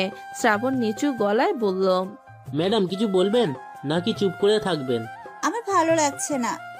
শ্রাবণ গেটের দিকে তাকিয়ে দেখে দুজন কাপল গেট দিয়ে ঢুকছে। ওদের সেম পোশাক দেখে শ্রাবণ ধরে নিল ওরা কাপল। শ্রাবণ বলল, ওই কাবালটাকে দেখো, একসাথে কত সুন্দর লাগছে। শ্রাবণের দৃষ্টি অনুসরণ করে তারা গেটের দিকে তাকিয়ে চমকে উঠল। মুন্নি বলল, ইতি? ছেলেটা কে সাথে? মিম বলল। নাইম ভারী গলায় বলল, এমন সুদর্শন ছেলেও ভাড়া করেনি তো? রুবেল ধমক দিয়ে বলল, কি বাজে কথা, তিনি সম্ভবত ইতির সার। আফরু শ্রাবণের উদ্দেশ্যে বলল, ওরা কাপাল না? কাপল না, ওইটাই ইতি আর তার সাথে। ইতি টেবিলের কাছে এসে দাঁড়ালো। হাসি মুখে তাদের সঙ্গে স্যারের পরিচয় করে দিল। পরিচিত হয়ে খুশি হলো। আফরু কর্কশ কণ্ঠে বলল, তুই আসবি কাল, আমাকে কল করিসনি কেন? ইতি হাসলো, বলল, সারপ্রাইজ দিব বলে। আমি যদি আগে ফোন করে বলতাম তাহলে এমন অবাক হতি না। আফরু চোখ সরু করে বলল, তোকে পরে বোঝাবো। ওটার খাবার দিয়ে টেবিল ভরে দিল। নাইম তার খাবার বাদ রেখে মিমকে খাই দিচ্ছে। রুবেলও তাই করলো। শ্রাবণ আফরুর দিকে তাকিয়ে হাসছে। ইতি শাওনের দিকে ঝুঁকে পড়ল। সে ফিসফিস করে বলল, স্যার, ও স্যার। হ্যাঁ বলো। আমি কি আপনাকে খাওয়াবো? শাওন চোখ বড় বড় করে তাকিয়ে আছে। স্যার একটু। না। কেন? ওরা তো দিচ্ছে। কারণ তারা কাপল। আমি তোমার শিক্ষক। এখন শিক্ষক নন। বোঝার চেষ্টা করো। তুমি যা বলছো তাই করলে তারা ভাববে আমাদের মধ্যে সম্পর্ক আছে। কে কি ভাবলো তাতে আমার কিচ্ছু যায় আসে না। শাওন একটা দীর্ঘ নিঃশ্বাস ফেললো। গ্রামের রাস্তা দিয়ে 3টে গাড়ি যাচ্ছে। ইতি জানালা খুলে সবুজ ধান ক্ষেতের দিকে তাকালো। নন্দন পার্কে যাওয়ার কথা থাকলেও যাওয়া হয়নি। গাড়ি ঘুরিয়ে একটা গ্রামের রাস্তায় ঢুকলো। শহরের লোকেরা খুব বেশি পার্ক ও রেস্তোরাঁ যায়। তারা জানে না প্রকৃতি কত সুন্দর। প্রকৃতির নিদর্শন শুধু গ্রামেই পাওয়া যায়। শ্রাবণ গাড়ি ব্রেক করলো, তারপর একে একে 3টে গাড়ি থেকে মানুষ নামলো। একাকী এই নির্জন পথে প্রিয়জনের হাত ধরে হাঁটতেই শান্তি। কিছু দূর ওরা একে অপরের হাত ধরে জোড়ায় জোড়ায় এগিয়ে যাচ্ছে। ইতি ফ্যাল ফ্যাল দৃষ্টিতে শাওনের দিকে তাকালো। শাওন 2 হাত প্যান্টের পকেটে রেখে সোজা হাঁটছে। এতে বাকরুদ্ধ কণ্ঠে বলল, আহাম্মক, অনুভূতি বোঝে না। মৃদু হাওয়ায় ভেসে আসে কাঁচা ধানের মৃদু গন্ধ। ইতি খালি চোখে দেখে হাঁটতে লাগলো। হঠাৎ শাওন মৃদু গলায় নাম ধরে ডাকলো, ইতি। ইতি ধীর পায়ে হেঁটে যাচ্ছিল। হঠাৎ মাথা তুলে পাশের দিকে তাকিয়ে দেখলো সে নিরিবিলি রাস্তায় একা। আশেপাশে স্যার নেই। বৈষণ্য মাঠ আর দূর দূরান্তে ছড়িয়ে থাকা বড় বড় গাছ। কাউকে না দেখে ইতি একটু ভয় পেয়ে গেল। শাড়ির কুচি তুলে সামনের দিকে এগিয়ে গেল। স্যার কোনো দিকে না তাকিয়ে সোজা পথে হাঁটছেন। ইতি এরকম দৌড়ে শাওনের কাছে গেল, তারপর জোরে আওয়াজ দিল। শাওন ভুরুকুটি করলো। সে পেছন ফিরে দেখলো সে ইতির থেকে অনেক দূরে। শাওন চোখ নামিয়ে নিল। অনিচ্ছাকৃতভাবে তার চোখ বরাবর ইতির দিকে চলে যায়। মনে হচ্ছে সে একটি চুম্বন ও লোহা চুম্বক দ্বারা লোহা টেনে নেওয়া হচ্ছে। ইতি হাঁপাচ্ছে। সে সোজা হয়ে দাঁড়িয়ে বলল, আমাকে একা রেখে চলে আসলেন কি করে? আমার কোনো ক্ষতি হলে কি হতো? তুমি ধীর গতিতে হাঁটছিলে তাই পিছনে পড়ে গেলে, আমি খেয়াল করিনি। শাওন গভীর চিন্তায় পড়ে গেল। ইতির ডাকে সাড়া মেলেনি। ইতি এগিয়ে এলো, শাওনের হাত নেড়ে বলল, স্যার। সম্মতি মুখে শাওন বলল, কেউ দেখবে। ইতি হালকা আরেকটু শক্ত করে ধরে বলল, ধরেছি, আর ছাড়বো না। শাওন তার শক্তি ব্যবহার করে তার হাত ছাড়িয়ে নিল। 2জন ছেলে মেয়ে দাঁড়িয়ে আছে দেখে 4জন মধ্য বয়সী লোক এগিয়ে এসে হঠাৎ জিজ্ঞেস করলো, বাড়ি কোথায়? এখানে কি করছো? বাড়ি থেকে পালিয়ে এসেছো? আমাদের এলাকায় আগে দেখিনি। যুগল মাইয়াকে নিয়ে রাস্তায় ঘুরে বেড়াচ্ছ। দেখার জায়গা না থাকলে আমাকে দাও। ইতি হতবম্ব হয়ে গেল। সে শাওনের পেছনে লুকিয়ে আড়াল হয়ে যায়। শাওন ধীর কণ্ঠে বলল, পথ থেকে সরে যাও, আমাদের দেরি হয়ে যাচ্ছে। দেখ, দেখে তো পালিয়ে আসছস, আবার জোরে কথা বলছস। তোকে তো পরিস্থিতি হাতের বাইরে যাওয়ার আগেই এই জায়গা ছেড়ে চলে যেতে হবে। ইতি সাহস করে বলল, আমরা পালিয়ে আসিনি, গ্রামে বেড়াতে আসছি, দয়া করে আমাদের যেতে দিন। দ্বিতীয় লোকটি হেসে উঠল, এক হাত দিয়ে ছুঁতে চাইল। শাওন চিৎকার করে উঠল, ওকে টাচ করার সাহস করবেন না। আমি ছুবো, ধরবো, তুই কি করবি? তৃতীয় লোকটি হঠাৎ ইতির হাত চেপে ধরলো। ইতি চিৎকার করে উঠল। শাওন 2জনকে ধাক্কা মারলো। রাস্তার পাশে একটি বাঁশের গুঁড়ি আছে। হাত দিয়ে বাঁশ টেনে প্রথমে 2জন, পরে 4জনকে পিটিয়ে মাটিতে শুয়ে দেয়। ইতি বলল, স্যার, আপনার হাত দিয়ে রক্ত পড়ছে। শাওন তীক্ষ্ণ চোখে তাকিয়ে, বাঁশটা ফেলে দিন স্যার, আর মারলে ওরা মারা যাবে। যারা নারীদের অসম্মান করে তাদের বাঁচার অধিকার নেই। স্যার, তাদের দলের বাকিরা আসার আগেই আমাদের চলে যাওয়া উচিত, আর ঝামেলা হলে এখান থেকে সহজে বেরোতে পারবো না। শাওন বাঁশটা ফেলে দিল, তারপর ইতির হাত ধরে দক্ষিণের দিকে দৌড়ে গেল।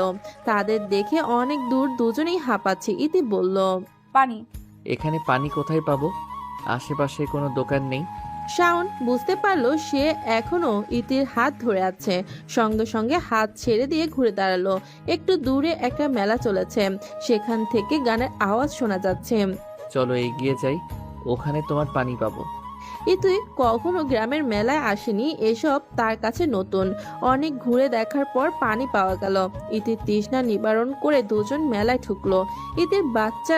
ইতির বাচ্চারা খেলনা পছন্দ করে। সে শাওনকে বুদবুদ কিনে দিতে অনুরোধ করলো। শাওন তার জন্য একটা কিনেছে।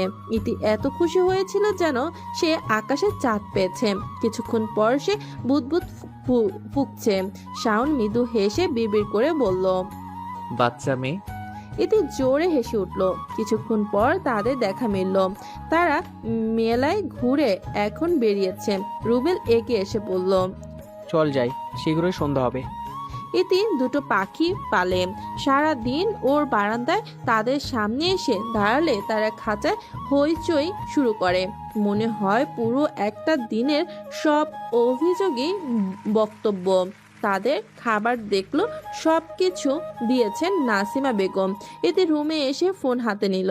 মেসেঞ্জার গ্রুপে বেশ কয়েকজন মেসেজ, তাদের মধ্যে মুন্নি বলল, তোর পাশে স্যারকে দারুণ লাগছিল, যত তাড়াতাড়ি সম্ভব প্রপোজ কর। ভালোবাসা অনেকদিন খালি থাকলে অন্য পাখিরা দখল করতে চাইবে। ও ঠিক বলছে। সামনেই আমার জন্মদিন, সেদিন প্রপোজ করার কথা ভাবছি। বিছানায় শুয়ে ইতে চোখ বন্ধ করে ঘুমিয়ে পড়ল। দুদিন পর হঠাৎ নীরবতা ভেঙে গেল ফোনের রিংটনে। শাওন তার মায়ের সাথে কথা বলছে। উনি জানায় তার শরীর আগের থেকে অনেক ভালো। ফোনের রিং শুনে শাওন মায়ের রুম থেকে উঠে নিজের রুমে চলে আসে। হ্যালো, আসসালামু আলাইকুম। ওয়ালাইকুম সালাম। স্যার কেমন আছেন? আলহামদুলিল্লাহ ভালো, তুমি ভালো? সে কিছুক্ষণ থেমে বলল, স্যার আপনি কোথায়? আমি বাসায় আছি। কেন? আমার সাথে বাইরে যাবেন? এই সময়? তুমি কোথায়? আপনার বাড়ির ওই গলির মাথায়। কি? তুমি এই সময় সেখানে দাঁড়িয়ে কি করছো? এলাকার সব ছেলে কি ভালো? তোমাকে একা দেখে কেউ এসে যদি বিরক্ত করে? আপনি আসুন। শাওনের পরনে ঢিলেঢালা টি শার্ট ও প্যান্ট, হাত দিয়ে কপালের চুল পেছনে ঠেলে দিল। এতে সামনে দাঁড়িয়ে পড়ল। এই সময় এখানে আসছো কেন? আপনাকে দেখতে। হুম। গাড়িতে উঠুন। কোথায় যাব? আজ চৌরাস্তার মেলা, গতবার যেতে পারিনি, শুনেছি মেলা সুন্দর, তাই আজ যাব। তাহলে তুমি আমাকে গাড়িতে উঠতে বলছো কেন? আমি একা কেন? সব সুন্দর জিনিস দেখবো, আমার সাথে আপনাকে দেখাবো। পাশে একটা মেয়ে আছে আর সে চুপচাপ হাঁটছে। ইতি তক্ত হয়ে দীর্ঘ শ্বাস ফেলল। স্যার বলল, কিছু খাবে? না। ফুচকা? আপনি খাওয়াবেন? হুম। তাহলে খাবো। এক প্লেট ঝাল ঝাল ফুচকা আর এক প্লেট ঝাল ছাড়া ফুচকা দিতে বলল ইতি। ফুচকাওয়ালা ভুল করে ইতির প্লেটটা স্যারকে দিল আর স্যারের প্লেটটা ইতিকে। ইতি জানে ওর স্যার ঝাল খেতে পারে না। শাওনের ফর্সা মুখ এক কামড়ে লাল হয়ে গেল। ইতি, ঝাল? ইতি এক গ্লাস পানি এগিয়ে দিল। 2 গ্লাস পানি পান করার পরও ফুসকুড়ি কমেনি। পাশের দোকান থেকে 1 কাপ আইসক্রিম নিয়ে এলো ইতি। শাওন কিছুক্ষণ পর বলল, এত ঝাল ফুচকা খাও কি করে? জানো না বেশি ঝাল শরীরের ক্ষতি করে? ফুচকাওয়ালা ভুল করে মারাত্মক ঝাল দিয়েছে, এর জন্য শাওন তাকে অনেক কথাই বলেছে। মেলার ফুটপাতের দোকানগুলো সন্ধ্যার পর জমজমাট হয়ে ওঠে। ইতি আর স্যার পাশাপাশি হাঁটছে। হঠাৎ ইতি একটা ঝুড়ির সামনে এসে দাঁড়ালো। এক জোড়া কানের দুল ওর খুব পছন্দ হয়েছে। স্যার সঙ্গে থাকায় সে এই নিয়ে কোনো আগ্রহ দেখালো না। কিছুক্ষণ পর স্যার ইতিকে অপেক্ষা করতে বলে হঠাৎ চলে গেল। ফিরে এলো একটু পর। রাত 8টা বাজে। বাড়ি ফেরার জন্য গাড়ির দিকে এগিয়ে গেল। ইতি গাড়ি থেকে নেমে গেল। গেট দিয়ে ঢুকতেই স্যার বউ ডাকলেন, ইতি। হ্যাঁ স্যার। এদিকে এসো। ইতি খুশিতে এগিয়ে এলো। স্যার মুখোমুখি দাঁড়ালো। শাওন বলল, তোমার হাতটা দাও। হাত? কেন? দাও বলছি। ইতি ডান হাতটা সোজা করলো। শাওন তার শার্টের পকেট থেকে কিছু একটা বের করে ইতির হাতের তালুতে রাখলো। ইতি জিজ্ঞেস দৃষ্টিতে তাকালো। শাওন বলল, রুমে গিয়ে দেখবে, এখন যাও। ইতি ডান দিকে মাথা নেড়ে বাড়িতে ঢুকে রুমে চলে গেল। বিছানায় বসে কাগজ খুলছে। উত্তেজনা বাড়ছে, হাত পা কেমন কাঁপছে। ইতি কাগজ খুলে দেখলো একটা ঝুমকো কানের দুল, সেটা সে একটু আগে পছন্দ করেছিল।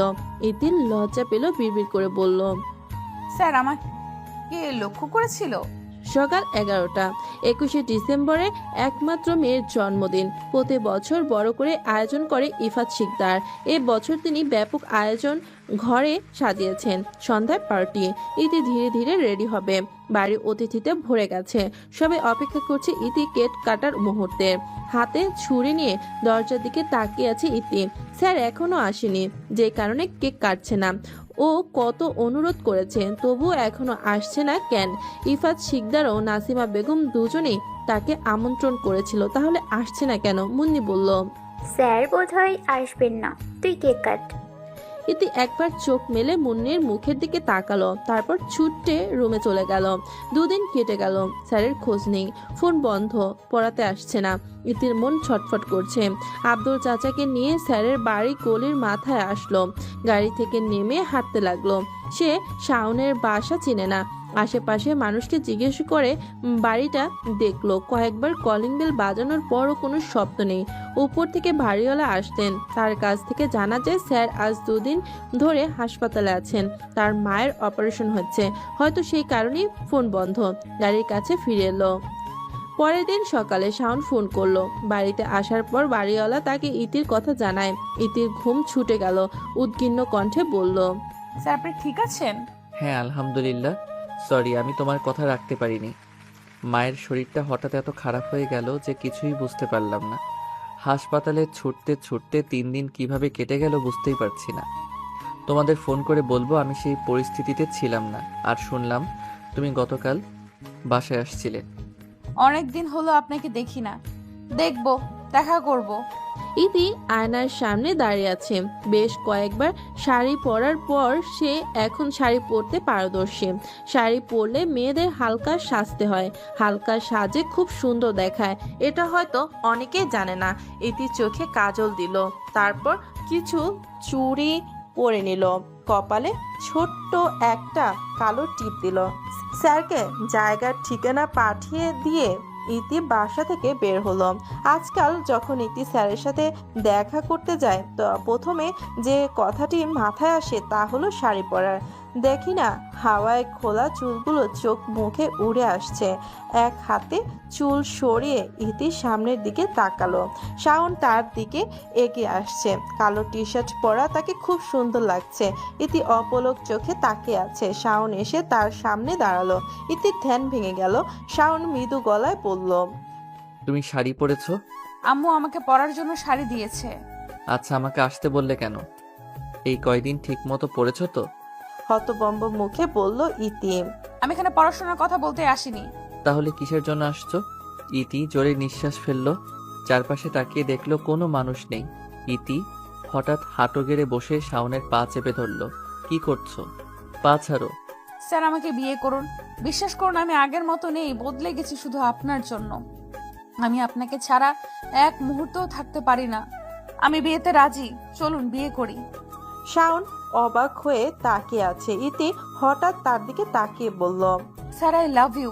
শাওন হাসলো, তারপর নরম গলায় বলল, আমিও তোমাকে ভালোবাসি ইতি। যেদিন তোমাকে প্রথম দেখেছিলাম সেদিন থেকেই তোমাকে ভালোবাসি। ইতি উঠে দাঁড়ালো। হঠাৎ শাওনকে শক্ত করে জড়িয়ে ধরলো। শাওন অকপটে বলল, ইতি আমি শ্বাস নিতে পারছি না। ইতি স্যারকে আরো শক্ত করে ধরে রাখলো। এই ভয়ে ছেড়ে দিলে অদৃশ্য হয়ে যাবে। একটু এদিক ওদিক নড়াচড়া করতে করতে পড়ে গেল ইতি। ব্যথায় চিৎকার করে উঠলো। সে চোখ খুলে দেখলো সে তার ঘরের মেঝেতে পড়ে আছে, বালিশ জড়িয়ে ধরে। বিরক্ত হয়ে গেল। তারপর মোবাইলে টাইম চেক করলো। স্যার সকাল 6টায় ফোন করেছে, এখন 8টা বাজে। এই 2 ঘন্টা ঘুমের মধ্যে সে এমন স্বপ্ন দেখে ফেলেছে। আর করে হাহা করে হেসে উঠল। ক্লাসের বন্ধুরা আমার স্বপ্ন শুনে হাসছে আর হাসছে, ওরা খুব মজা পাচ্ছে। রুবেল বলল, যেহেতু তুই আজ স্বপ্ন দেখেছিস তাহলে সেটা সত্যি কর। আভ্রু বলল, তুই যেহেতু আজ স্যারের সাথে দেখা করতে যাচ্ছিস, মনের কথা খুলে বলিস। আর 3 দিন আগে তোর জন্মদিন চলে গেছে। হাসপাতালে অন্য একজন ডাক্তার শাওনকে তার চেম্বারে একা ডাকলেন। তিনি সত্যটা তাকে বললেন যে ডাক্তার তার মায়ের অপারেশন করেছিলেন, তিনি ভুল অপারেশন করে হাসপাতাল থেকে পালিয়ে গেছেন এবং পুলিশ তাকে খুঁজছে। তার ভুল চিকিৎসা এরই মধ্যে 2 জনের মৃত্যু হয়েছে, কিন্তু কোনো সাক্ষী প্রমাণ নেই। ডাক্তার শাওনকে তার মাকে ভালো জায়গায় নিয়ে গিয়ে ডাক্তার দেখানোর পরামর্শ দিলেন, নইলে বেশি দিন টিকবে না। শাওন 2 দিনে গ্রামে 3 বিঘা জমি বিক্রি করে টাকা জোগাড় করে মাকে মাদ্রাসে চিকিৎসার জন্য নিয়ে যাবে। সকালে বাসায় আসার পর সব গুছিয়ে নিয়েছে। রাতেই মাকে হাসপাতাল থেকে ছাড়া হবে এবং সেখান থেকে বিমানবন্দরে যাবে। তার আগে একবার ইতি আর তার বাবার সাথে দেখা করবে। শাওন তার পরিকল্পনার কথা কাউকে বলেনি, সব নিজের কাছে গোপন রেখেছে। সময় হলে শুধু আকাশে উড়বে। সন্ধ্যা 6টা বাজে। ইতি শাড়ি পরে দাঁড়িয়ে আছে। ইতির সামনে বসে দারোয়ান মামার মেয়ে ফুলের মালা সাজিয়ে দিচ্ছে। সে ফুল শেষ করে ইতির চুলে বাঁধবে। ইতি আজ একটু মেকআপ করেছে, যার জন্য তাকে খুব সুন্দর দেখাচ্ছে। গাড়িতে করে মেলায় এসেছে ইতি। শাওন ফোন করে বলে যে তাকে নিতে যেতে হবে না, সে নিজেই আসবে। কিছু পুরুষ লোকের দৃষ্টি পছন্দ করছে না ইতি। মেলা থেকে বের হয়ে ওভার ব্রিজে উঠতে শুরু করে। একটু উপরে উঠল। এখান থেকে রাতের শহরটি আশ্চর্যজনক সুন্দর লাগছে। স্যার কাছে এসে কল করলো। ইতি বলল সে ব্রিজে আছে। শাওন ফোনটা কেটে রেখে ব্রিজে উঠে এলো। স্যার আগের মতো ইতিকে দেখে হাসলো না, চাপা গলায় বলল, সুন্দর লাগছে। ইতি ল্যাম্প পোস্টের আলোয় শাওনকে দেখে হেসে বলল, ধন্যবাদ স্যার। ইতি নিজেকে প্রস্তুত করলো। তারপর এক হাঁটু গেড়ে বসলো। শাওনের দিকে একগুচ্ছ গোলাপ এগিয়ে দিয়ে বলল, স্যার আই লাভ ইউ, আমি আপনাকে ভালোবাসি। শাওন মূর্তির মতো দাঁড়িয়ে আছে, কোনো উত্তর নেই। ইতির মুখ ফ্যাকাশে হয়ে গেল। শাওন উল্টো ঘুরে চলে যাওয়ার জন্য পা বাড়ালো। কিছু দূর যাওয়ার পর হাত দিয়ে একটা সিএনজি থামিয়ে তাতে উঠে পড়লো। ইতি অবিশ্বাসের চোখে তাকালো। চোখ বেয়ে অশ্রু গড়িয়ে পড়ছে। ইতি ফুটপাত থেকে নেমে ব্যস্ত রাস্তায় দৌড়ে গেল। হঠাৎ একটি ট্রাক এসে তাকে ধাক্কা মারলো। ঘটনাটি অতি জলদি হলো। রাস্তার রক্তে ভিজে যাচ্ছে। লোকজন জড়ো হলো। আব্দুল মিয়া ছুটে এসে ভিড় ঠেলে ইতিকে দেখে চিৎকার করে বলে, মামুনি। 2 মাস পর চোখ খুলল ইতির। সে হাসপাতালের বেডে শুয়ে আছে। নাসিমা বেগম মেয়ের পাশে বসে একা একা কথা বলছেন।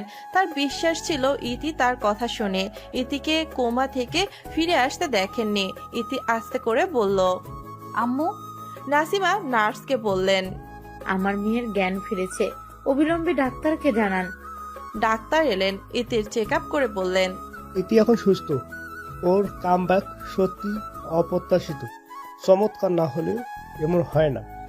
এই টাইপের রুগী বছরের পর বছর চলে যায়, তবুও তারা কামব্যাক করতে পারে না। আর একটা কথা লক্ষ্য রাখবেন, মেয়ে যেন বেশি কথা না বলে। ডাক্তার যাওয়ার আগে ইফাত শিকদারের সাথে অনেক কথা বলে যা ইতি শুনতে পায়নি। তার কদিন কথা বলা নিষেধ। এর সময় যতটা সম্ভব কম কথা বলা উচিত। 2 দিন পর ইতি জানতে পারলো তার একটা ভয়ানক অ্যাক্সিডেন্ট হয়েছে। 2 মাস কোমায় ছিল। ইতি দুর্বল গলায় বলল, আম্মু। তোমার কথা বলার দরকার নেই মা, শুয়ে পড়ো। কয়েকদিন ইতি মোটামুটি সুস্থ হয়ে উঠেছে। মেয়ের পাশে বসে আছে ইফাত শিকদার ও নাসিমা। নাসিমা নিজ হাতে ইতিকে খাওয়াচ্ছে। ইতি হঠাৎ জিজ্ঞেস করলো, আম্মু আমাকে দেখতে কে এসেছিল? নাসিমা বললেন, প্রায় সবাই এসেছে। ইতি আবার জিজ্ঞেস করলো, আম্মু স্যার এসেছিল? কোন স্যার? নাসিমা বললেন। ইতি একটা ছোট্ট আর ভারী নিঃশ্বাস ফেলে বলল, শাওন স্যার এসেছিল? নাসিমা কিছুক্ষণ ভাবলো, তারপর বলল, তোমার যেদিন অ্যাক্সিডেন্ট হয়েছিল সেদিন থেকে শাওনকে দেখিনি। ওই মাসের বেতন সংগ্রহ করতেও আসেনি শাওন। অদ্ভুত। তারপর তোমার বাবা ওকে কয়েকবার ফোন করেছিল, ওর ফোন বন্ধ। ইতি শাওনকে ভালোবাসে। ইতি নিজের মুখে একথা স্বীকার করেছে এবং সে শাওনের বাড়িতে যেতে চায়। ইফাত শিকদার চিন্তায় পড়ে গেলেন ইতিকে উত্তেজিত দেখে। নার্স একটি ঘুমের ইনজেকশন দিল। ইফাত নাসিমাকে ইতি ও শাওনের বিষয়ে জিজ্ঞাসাবাদ করেন। নাসিমা মাথা নিচু করে বসে আছে। সন্দেহ করার মতো কিছু পড়েনি তার চোখে। ইফাত শাওনকে খুঁজতে 2 দিন সময় নিল। সে কোথাও নেই, যেন আকাশে গিলে খেয়েছে। ইতিকে হাসপাতাল থেকে রিলিজ দিল। সে একটু ফ্রেশ হয়ে নিল। তারপর আব্দুল চাচাকে নিয়ে শাওনের বাড়ির গলির মাথায় আসলো।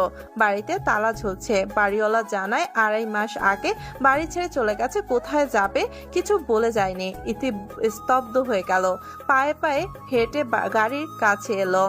ইতিকে দেখে মনে হচ্ছে সে গলা পর্যন্ত নেশা করেছে, ঠিকমতো হাঁটতে পারছে না, এক্ষুনি পড়ে যাবে। শাওনকে মাস খানেক খোঁজা হয়েছে, না পাওয়া গেল না।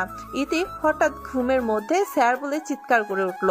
ইফাত শিকদার মেয়ের গালে হাত রেখে বললেন, মামুনি, তুমি এভাবে আর কতদিন কষ্ট দেবে? হাব্বু, স্যার, শাওন স্যার। সময় গেল, দিন গেল, বছর গেল, সময় কারোর জন্য থেমে থাকে না। মন শুধু একজন বিশেষ মানুষের জন্য থেমে যায়। ফুফাতো বোনের বিয়ে। ফুপি ফোন করে বলে যে সবার 1 সপ্তাহ আগে যেতে হবে। ইফাত শিকদার বিয়ের দিন যাবে বলে ইতিকে আজ যেতে বলল। ইতির যেতে ইচ্ছে করে না। আজকাল কোথাও তার ভালো লাগে না। বাবা মায়ের কথা ভেবে 2 দিন আগে যাবেন বলে জানায়। হাসপাতালে রোগী দেখার সময় বিকাল 3টা, রাত 8টা পর্যন্ত। এখন 2টা বেজে গেছে, তাই বেশি কথা না বলে হাসপাতালের উদ্দেশ্যে চলে গেল। মায়া আপু কল দিয়েছে, কাল সকালে গুলশান যেতে বলেছেন। ইতি যাওয়ার পরে তিনি ওকে সাথে নিয়ে কেনাকাটা করতে যাবেন। হাসপাতাল থেকে রাত 10টার দিকে বাসায় আসে ইতি। তারপর 3টি কাপড় গুছিয়ে একটি ব্যাগে রাখলো। সকালে বের হবে। 4 ঘন্টার যাত্রা শেষে ফুপির বাসায় গুলশানে পৌঁছালো ইতি। একদিন বিশ্রাম নিয়ে মায়া আপু পরের দিন থেকে তাকে নিয়ে ঘুরতে শুরু করে। যেখানেই যায় ইতিকে সাথে করে নিয়ে। শপিং মলে আরো বিরক্ত বোধ করছে। কিছু কিনছে না, শুধু দোকানে দোকানে ঘুরে বেড়াচ্ছে।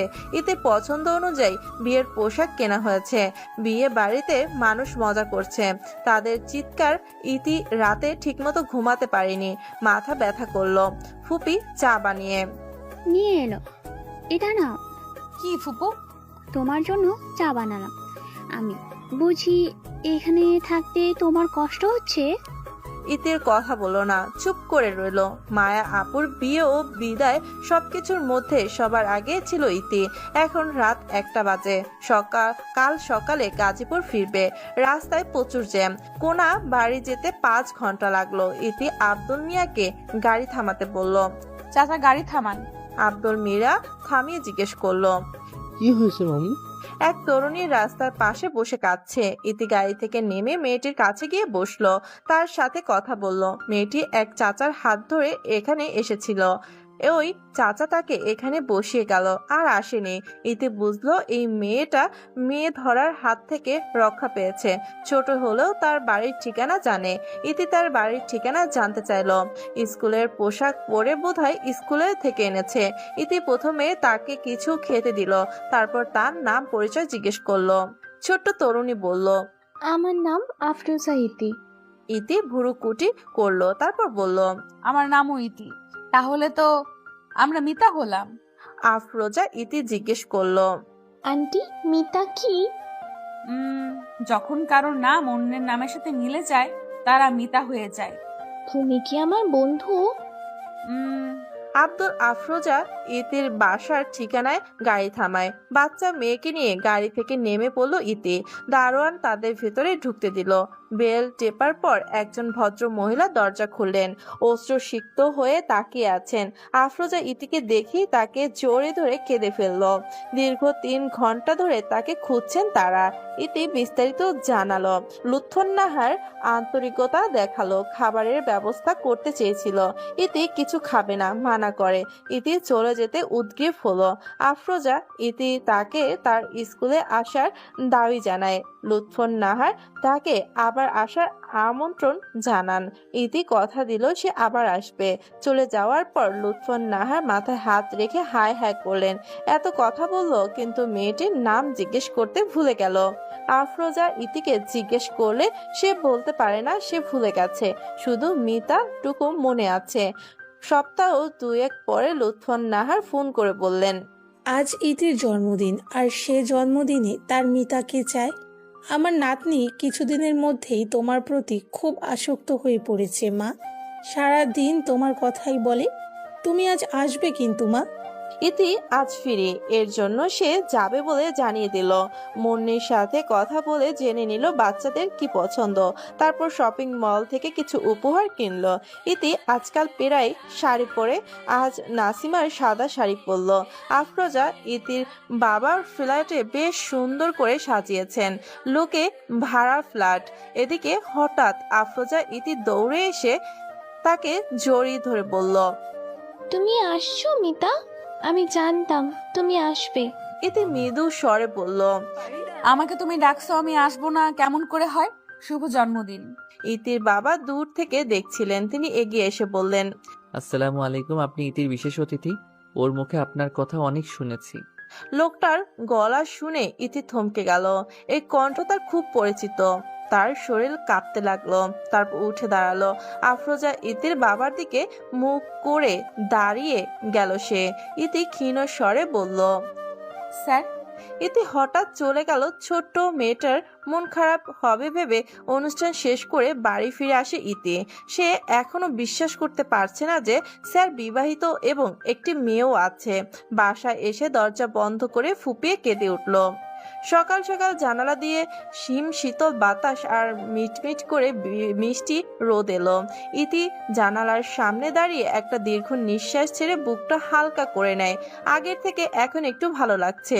ইতির চেম্বার 3টায় থাকায় আফরোজার স্কুলে নিয়মিত ইতি যেত। হঠাৎ করেই সে যাওয়া বন্ধ করে দিল। আজ দেখা করতে গেলে মুন্নির ছেলে ও আফরুর মেয়ের সঙ্গে। সারাটা সকাল বন্ধুদের সঙ্গে কাটিয়ে দুপুরের দিকে বাসায় ফিরে তারপর হাসপাতালে যাবে। মুন্নির ছেলে দিন দিন দুষ্টু হয়ে যাচ্ছে।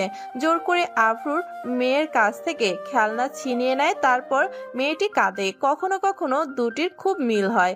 ইতি তার পুরনো সময়সূচিতে ফিরে এলো, যার মধ্যে কোনো পিছুটান নেই। আফরোজা ইতির খাবার ঠিকমতো খাচ্ছে না। গোমরা মুখ নিচু করে বসে আছে। মুখে একটাই কথা, সে মিতার কাছে যাবে। অনেক বলার সত্ত্বেও শাওন তাকে খাওয়াতে পারেনি। লুৎফর নাহার বললেন, মেয়েটা খুব ভালো, হঠাৎ আসা বন্ধ হয়ে গেল কেন বুঝতে পারছি না। এখন স্কুলেও আসে না, 3 দিন কোনো খোঁজ নেই। তুই একবার আফরোজাকে নিয়ে মেয়েটার হাসপাতালে যা, খোঁজ নিয়ে আসবি এবং আফরোজা ও তার মিতার সাথে দেখা করে আসবে।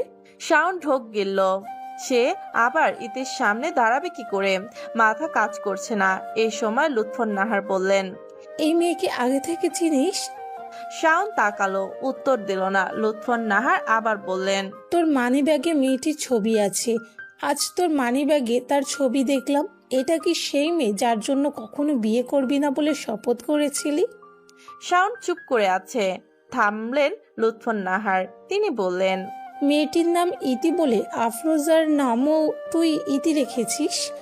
আমি কি এটা ধরে নিতে পারি? হ্যাঁ মা, আমি তার থেকে দূরে থাকলেও আমার হৃদয় সবসময় তার সাথে ছিল। তাই আমি আফরোজা ইতির নাম রেখেছি, যাতে ইতি নামটি আমার ঠোঁটে থাকে।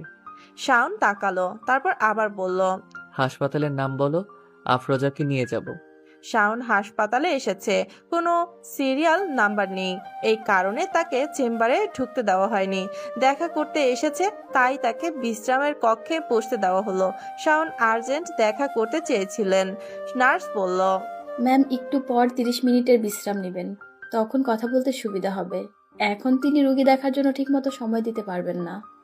কথা অনুযায়ী নার্স 30 মিনিট পর শাওনকে ডাকলেন। আফরোজা চেম্বারে ঢুকে ইতির কাছে গেল। ইতি অবাক হয়েছে। শাওন ইতির ঠিক সামনে বসে আছে। আফরোজা গত 3 দিনের সব ঘটনা ইতিকে খুলে বলে এবং তাকে অনেক মিস করে। হাসপাতালের বুয়া এসে চা নাস্তা দিল। ইতির দিকে তাকিয়ে হঠাৎ শাওন বলল, ইতি। ওর কণ্ঠে এত আকুলতা ছিল, ইতি মুখ তুলে তাকালো। তারপর বলল, আমাকে ডাকছেন? আমার সাথে কথা বলবে না? কিছু বলার নেই। তুমি নিশ্চয়ই বিয়ে করেছো। স্বামী কি করেন? বিয়ে হয়নি। কেন? যাকে ভালোবাসি তাকে পাইনি। ইতির প্রতিটা কথাই স্পষ্ট। শাওন চুপ করে রইল। আফরোজাকে নিয়ে বাসায় ফিরল শাওন। আফরোজা দাদি দাদি বলে লুৎফর নাহারের কাছে গেল। গলা জড়িয়ে ধরে বলল, দাদি, আমি মিতার সাথে দেখা করছি। আচ্ছা, তুমি এখন রুমে যাও। তুই কি তাকে সব কথা বলেছিস? না, আমি কিছু বলতে পারিনি। আমি তাকে অসম্ভব কষ্ট দিয়েছি মা। মা তার এই অভিমান কখনো ভাঙবে না। আফরোজা তার মিতাকে খুব ভালোবাসে। লুৎফর নাহার নাতিকে নিয়ে একটি পরিকল্পনা করেন। রাতে খাবার টেবিলে 3 জন একসাথে বসে গরম গরম ছুটি পরিবেশন করছে কাজের মেয়ে। আফরোজা বলল, আপু। হ্যাঁ বলো। আব্বু, আম্মু লাগবে। হঠাৎ শাওনের কাশি শুরু হলো। কি কি লাগবে? সবারই আম্মু আছে, আমার নেই। আমিও আম্মুকে চাই। আমার মিতাকে নিয়ে এসো। শাওন শুল্কা গলা পরিষ্কার করে বলল, ইতি কি কথা বলছো? আমি আম্মু চাই। শাওন থমকে কথা বলছে দেখে লুৎফর নাহার বলেন, তুই বাচ্চা মেয়েটাকে ধমকাচ্ছিস কেন? এছাড়া আর কত বছর একা থাকবি? তোরও একটা ভবিষ্যৎ আছে, তোকেও বিয়ে করে সংসার করতে হবে। তুমি বুঝো না মা, আমি ওকে অনেক কষ্ট দিয়েছি। শাওন টেবিল ছেড়ে চলে গেল। লুৎফর নাহার বললেন, তুমি চিন্তা করো না বুবু, তোমার জন্য আম্মু নিয়ে এসে তোমার দাদি শান্ত হবে। লুৎফর নাহার রুমে এলেন। ঘড়িতে সময়ের দিকে তাকিয়ে 10টা বাজার অপেক্ষা করছে। রাত 10টার দিকে ইতিকে কল দেয়। মিনিট 5 কথা বলার পর একটা লেকের নাম বলল, যেখানে কাল আসতে অনুরোধ করলো। ইতি আসবে। কুয়াশাচ্ছন্ন সকাল, গ্রামে এখন হালকা শীত, ধান শিশির ভেজা। লুৎফর নাহার ইতির সাথে টঙের দোকানে বসলো। অনেকক্ষণ পর লুৎফর নাহার বললেন, ইতিমা, তোমাকে এখানে আসতে বলেছি কারণ আমি তোমাকে কিছু বলতে চাই। হ্যাঁ আন্টি বলুন।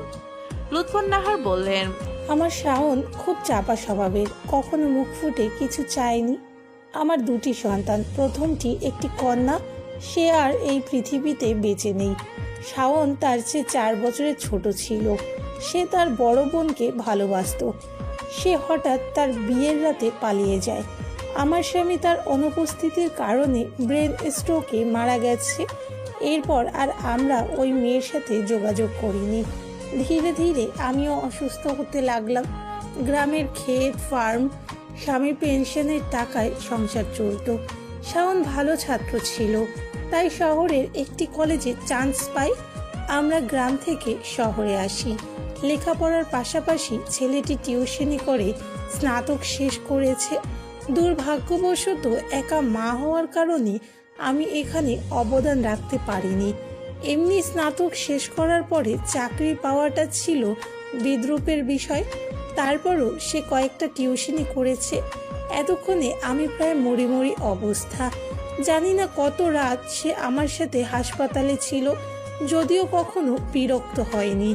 তার কোনো বন্ধু ছিল না, তাই সে প্রতিদিনের ঘটনা আমার সাথে গল্প করে বলতো। হঠাৎ রাস্তায় একটি মেয়ের সাথে দেখা এবং তারপর তাকে টিউটর করা সব বলেছে। সেদিন মেয়েটির জন্মদিন ছিল। শাওন খুশিতে প্রস্তুতি নিচ্ছিল। হঠাৎ আমার শরীর খারাপ হয়ে গেল। আমাকে নিয়ে হাসপাতালে ছুটে গেল। ডাক্তারকে পরে পুলিশ ভুল অপারেশনের জন্য গ্রেপ্তার করেছিল এবং ততক্ষণে আমার মাদ্রাজে পৌঁছে যাই। মাদ্রাজে কয়েক মাস চিকিৎসা করিয়েছিলাম। আমি যখন সুস্থ হয়ে ফিরে আসব তখন সেখানে আমার মেয়েকে দেখি। আমার মেয়ের 2টি কিডনি নষ্ট হয়ে গেছে, অপারেশন হবে।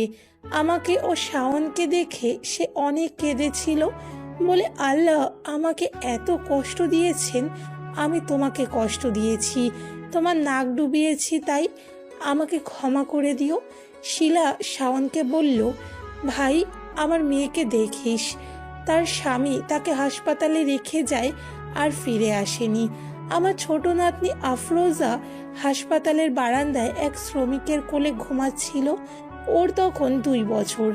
শাওন তাকে প্রথম কোলে নিল। অপারেশন শেষ হলে খবর এলো আমার মেয়ে চলে গেছে। 2 দিন পর থানা থেকে ফোন আসে। শিলার স্বামী মাদ্রাজে একটি ছোট্ট কোম্পানি ছিল, তিনি একটি গাড়ির দুর্ঘটনায় মারা যান। এরপর 2 মাস আমরা শোকে ছিলাম। আফরোজাকে নিজের মেয়ে হিসেবে পরিচয় দিল শাওন। তারপর ওর শেষ নাম রাখলো ইতি। আফরোজা জানে না শাওন তার বাবা নয়, তার মামা। কয়েক বছরে শাওন আফরোজার বাবার ছোট ব্যবসাকে বড় করেছে। আমি তাকে প্রায় বিয়ের কথা বলেছি, কিন্তু সে বিয়ে করবে না, কারণ সে সেই মেয়েটিকে খুব খারাপভাবে আঘাত করেছিল। মাদ্রাজ যাওয়ার 2 সপ্তাহ পরে শাওন মেয়েটির এক বন্ধুকে ফোন করেছিল। সেই মেয়েটি ভয়াবহ দুর্ঘটনার কথা বলে এবং জানায় মেয়েটি 2 সপ্তাহ ধরে কোমায় রয়েছে। সে ছেলেটি শাওনের ওপর দোষ দেয়নি, কিন্তু শাওন জানতো এখানে সব দোষ তার। শাওন পুরোপুরি ভেঙে পড়েছিল এবং আমাকে এমন অবস্থায় ছেড়েও আসতে পারেনি। লুৎফর নাহার হাত দিয়ে চোখের পানি মুছে আবার বললেন, আমার ছেলে মেয়েটিকে তার কল্পনার চেয়েও বেশি ভালোবাসে, কিন্তু আফসোস সে তা জানে না। তার সম্পর্কে সব জেনেও আমি তার নাম বা চোখ কখনোই দেখিনি। শাওনের মানিব্যাগে মেয়েটির একটি ছবি আছে। আমি গতকাল মেয়েটির ছবিটা দেখেছি, সে তুমি। ইতির চোখ থেকে 1 ফোঁটা জল পড়লো, তারপর 2 ফোঁটা, তারপর আরো অনেক। লুৎফর নাহার হঠাৎ ইতির হাত ধরে বললেন, তুমি আমার ছেলেকে বিয়ে করো মা, তার অগোছালো জীবন নিখুঁতভাবে গুছিয়ে দাও। শাওন যে তোমাকে ছাড়া অসম্পূর্ণ থেকে যাবে।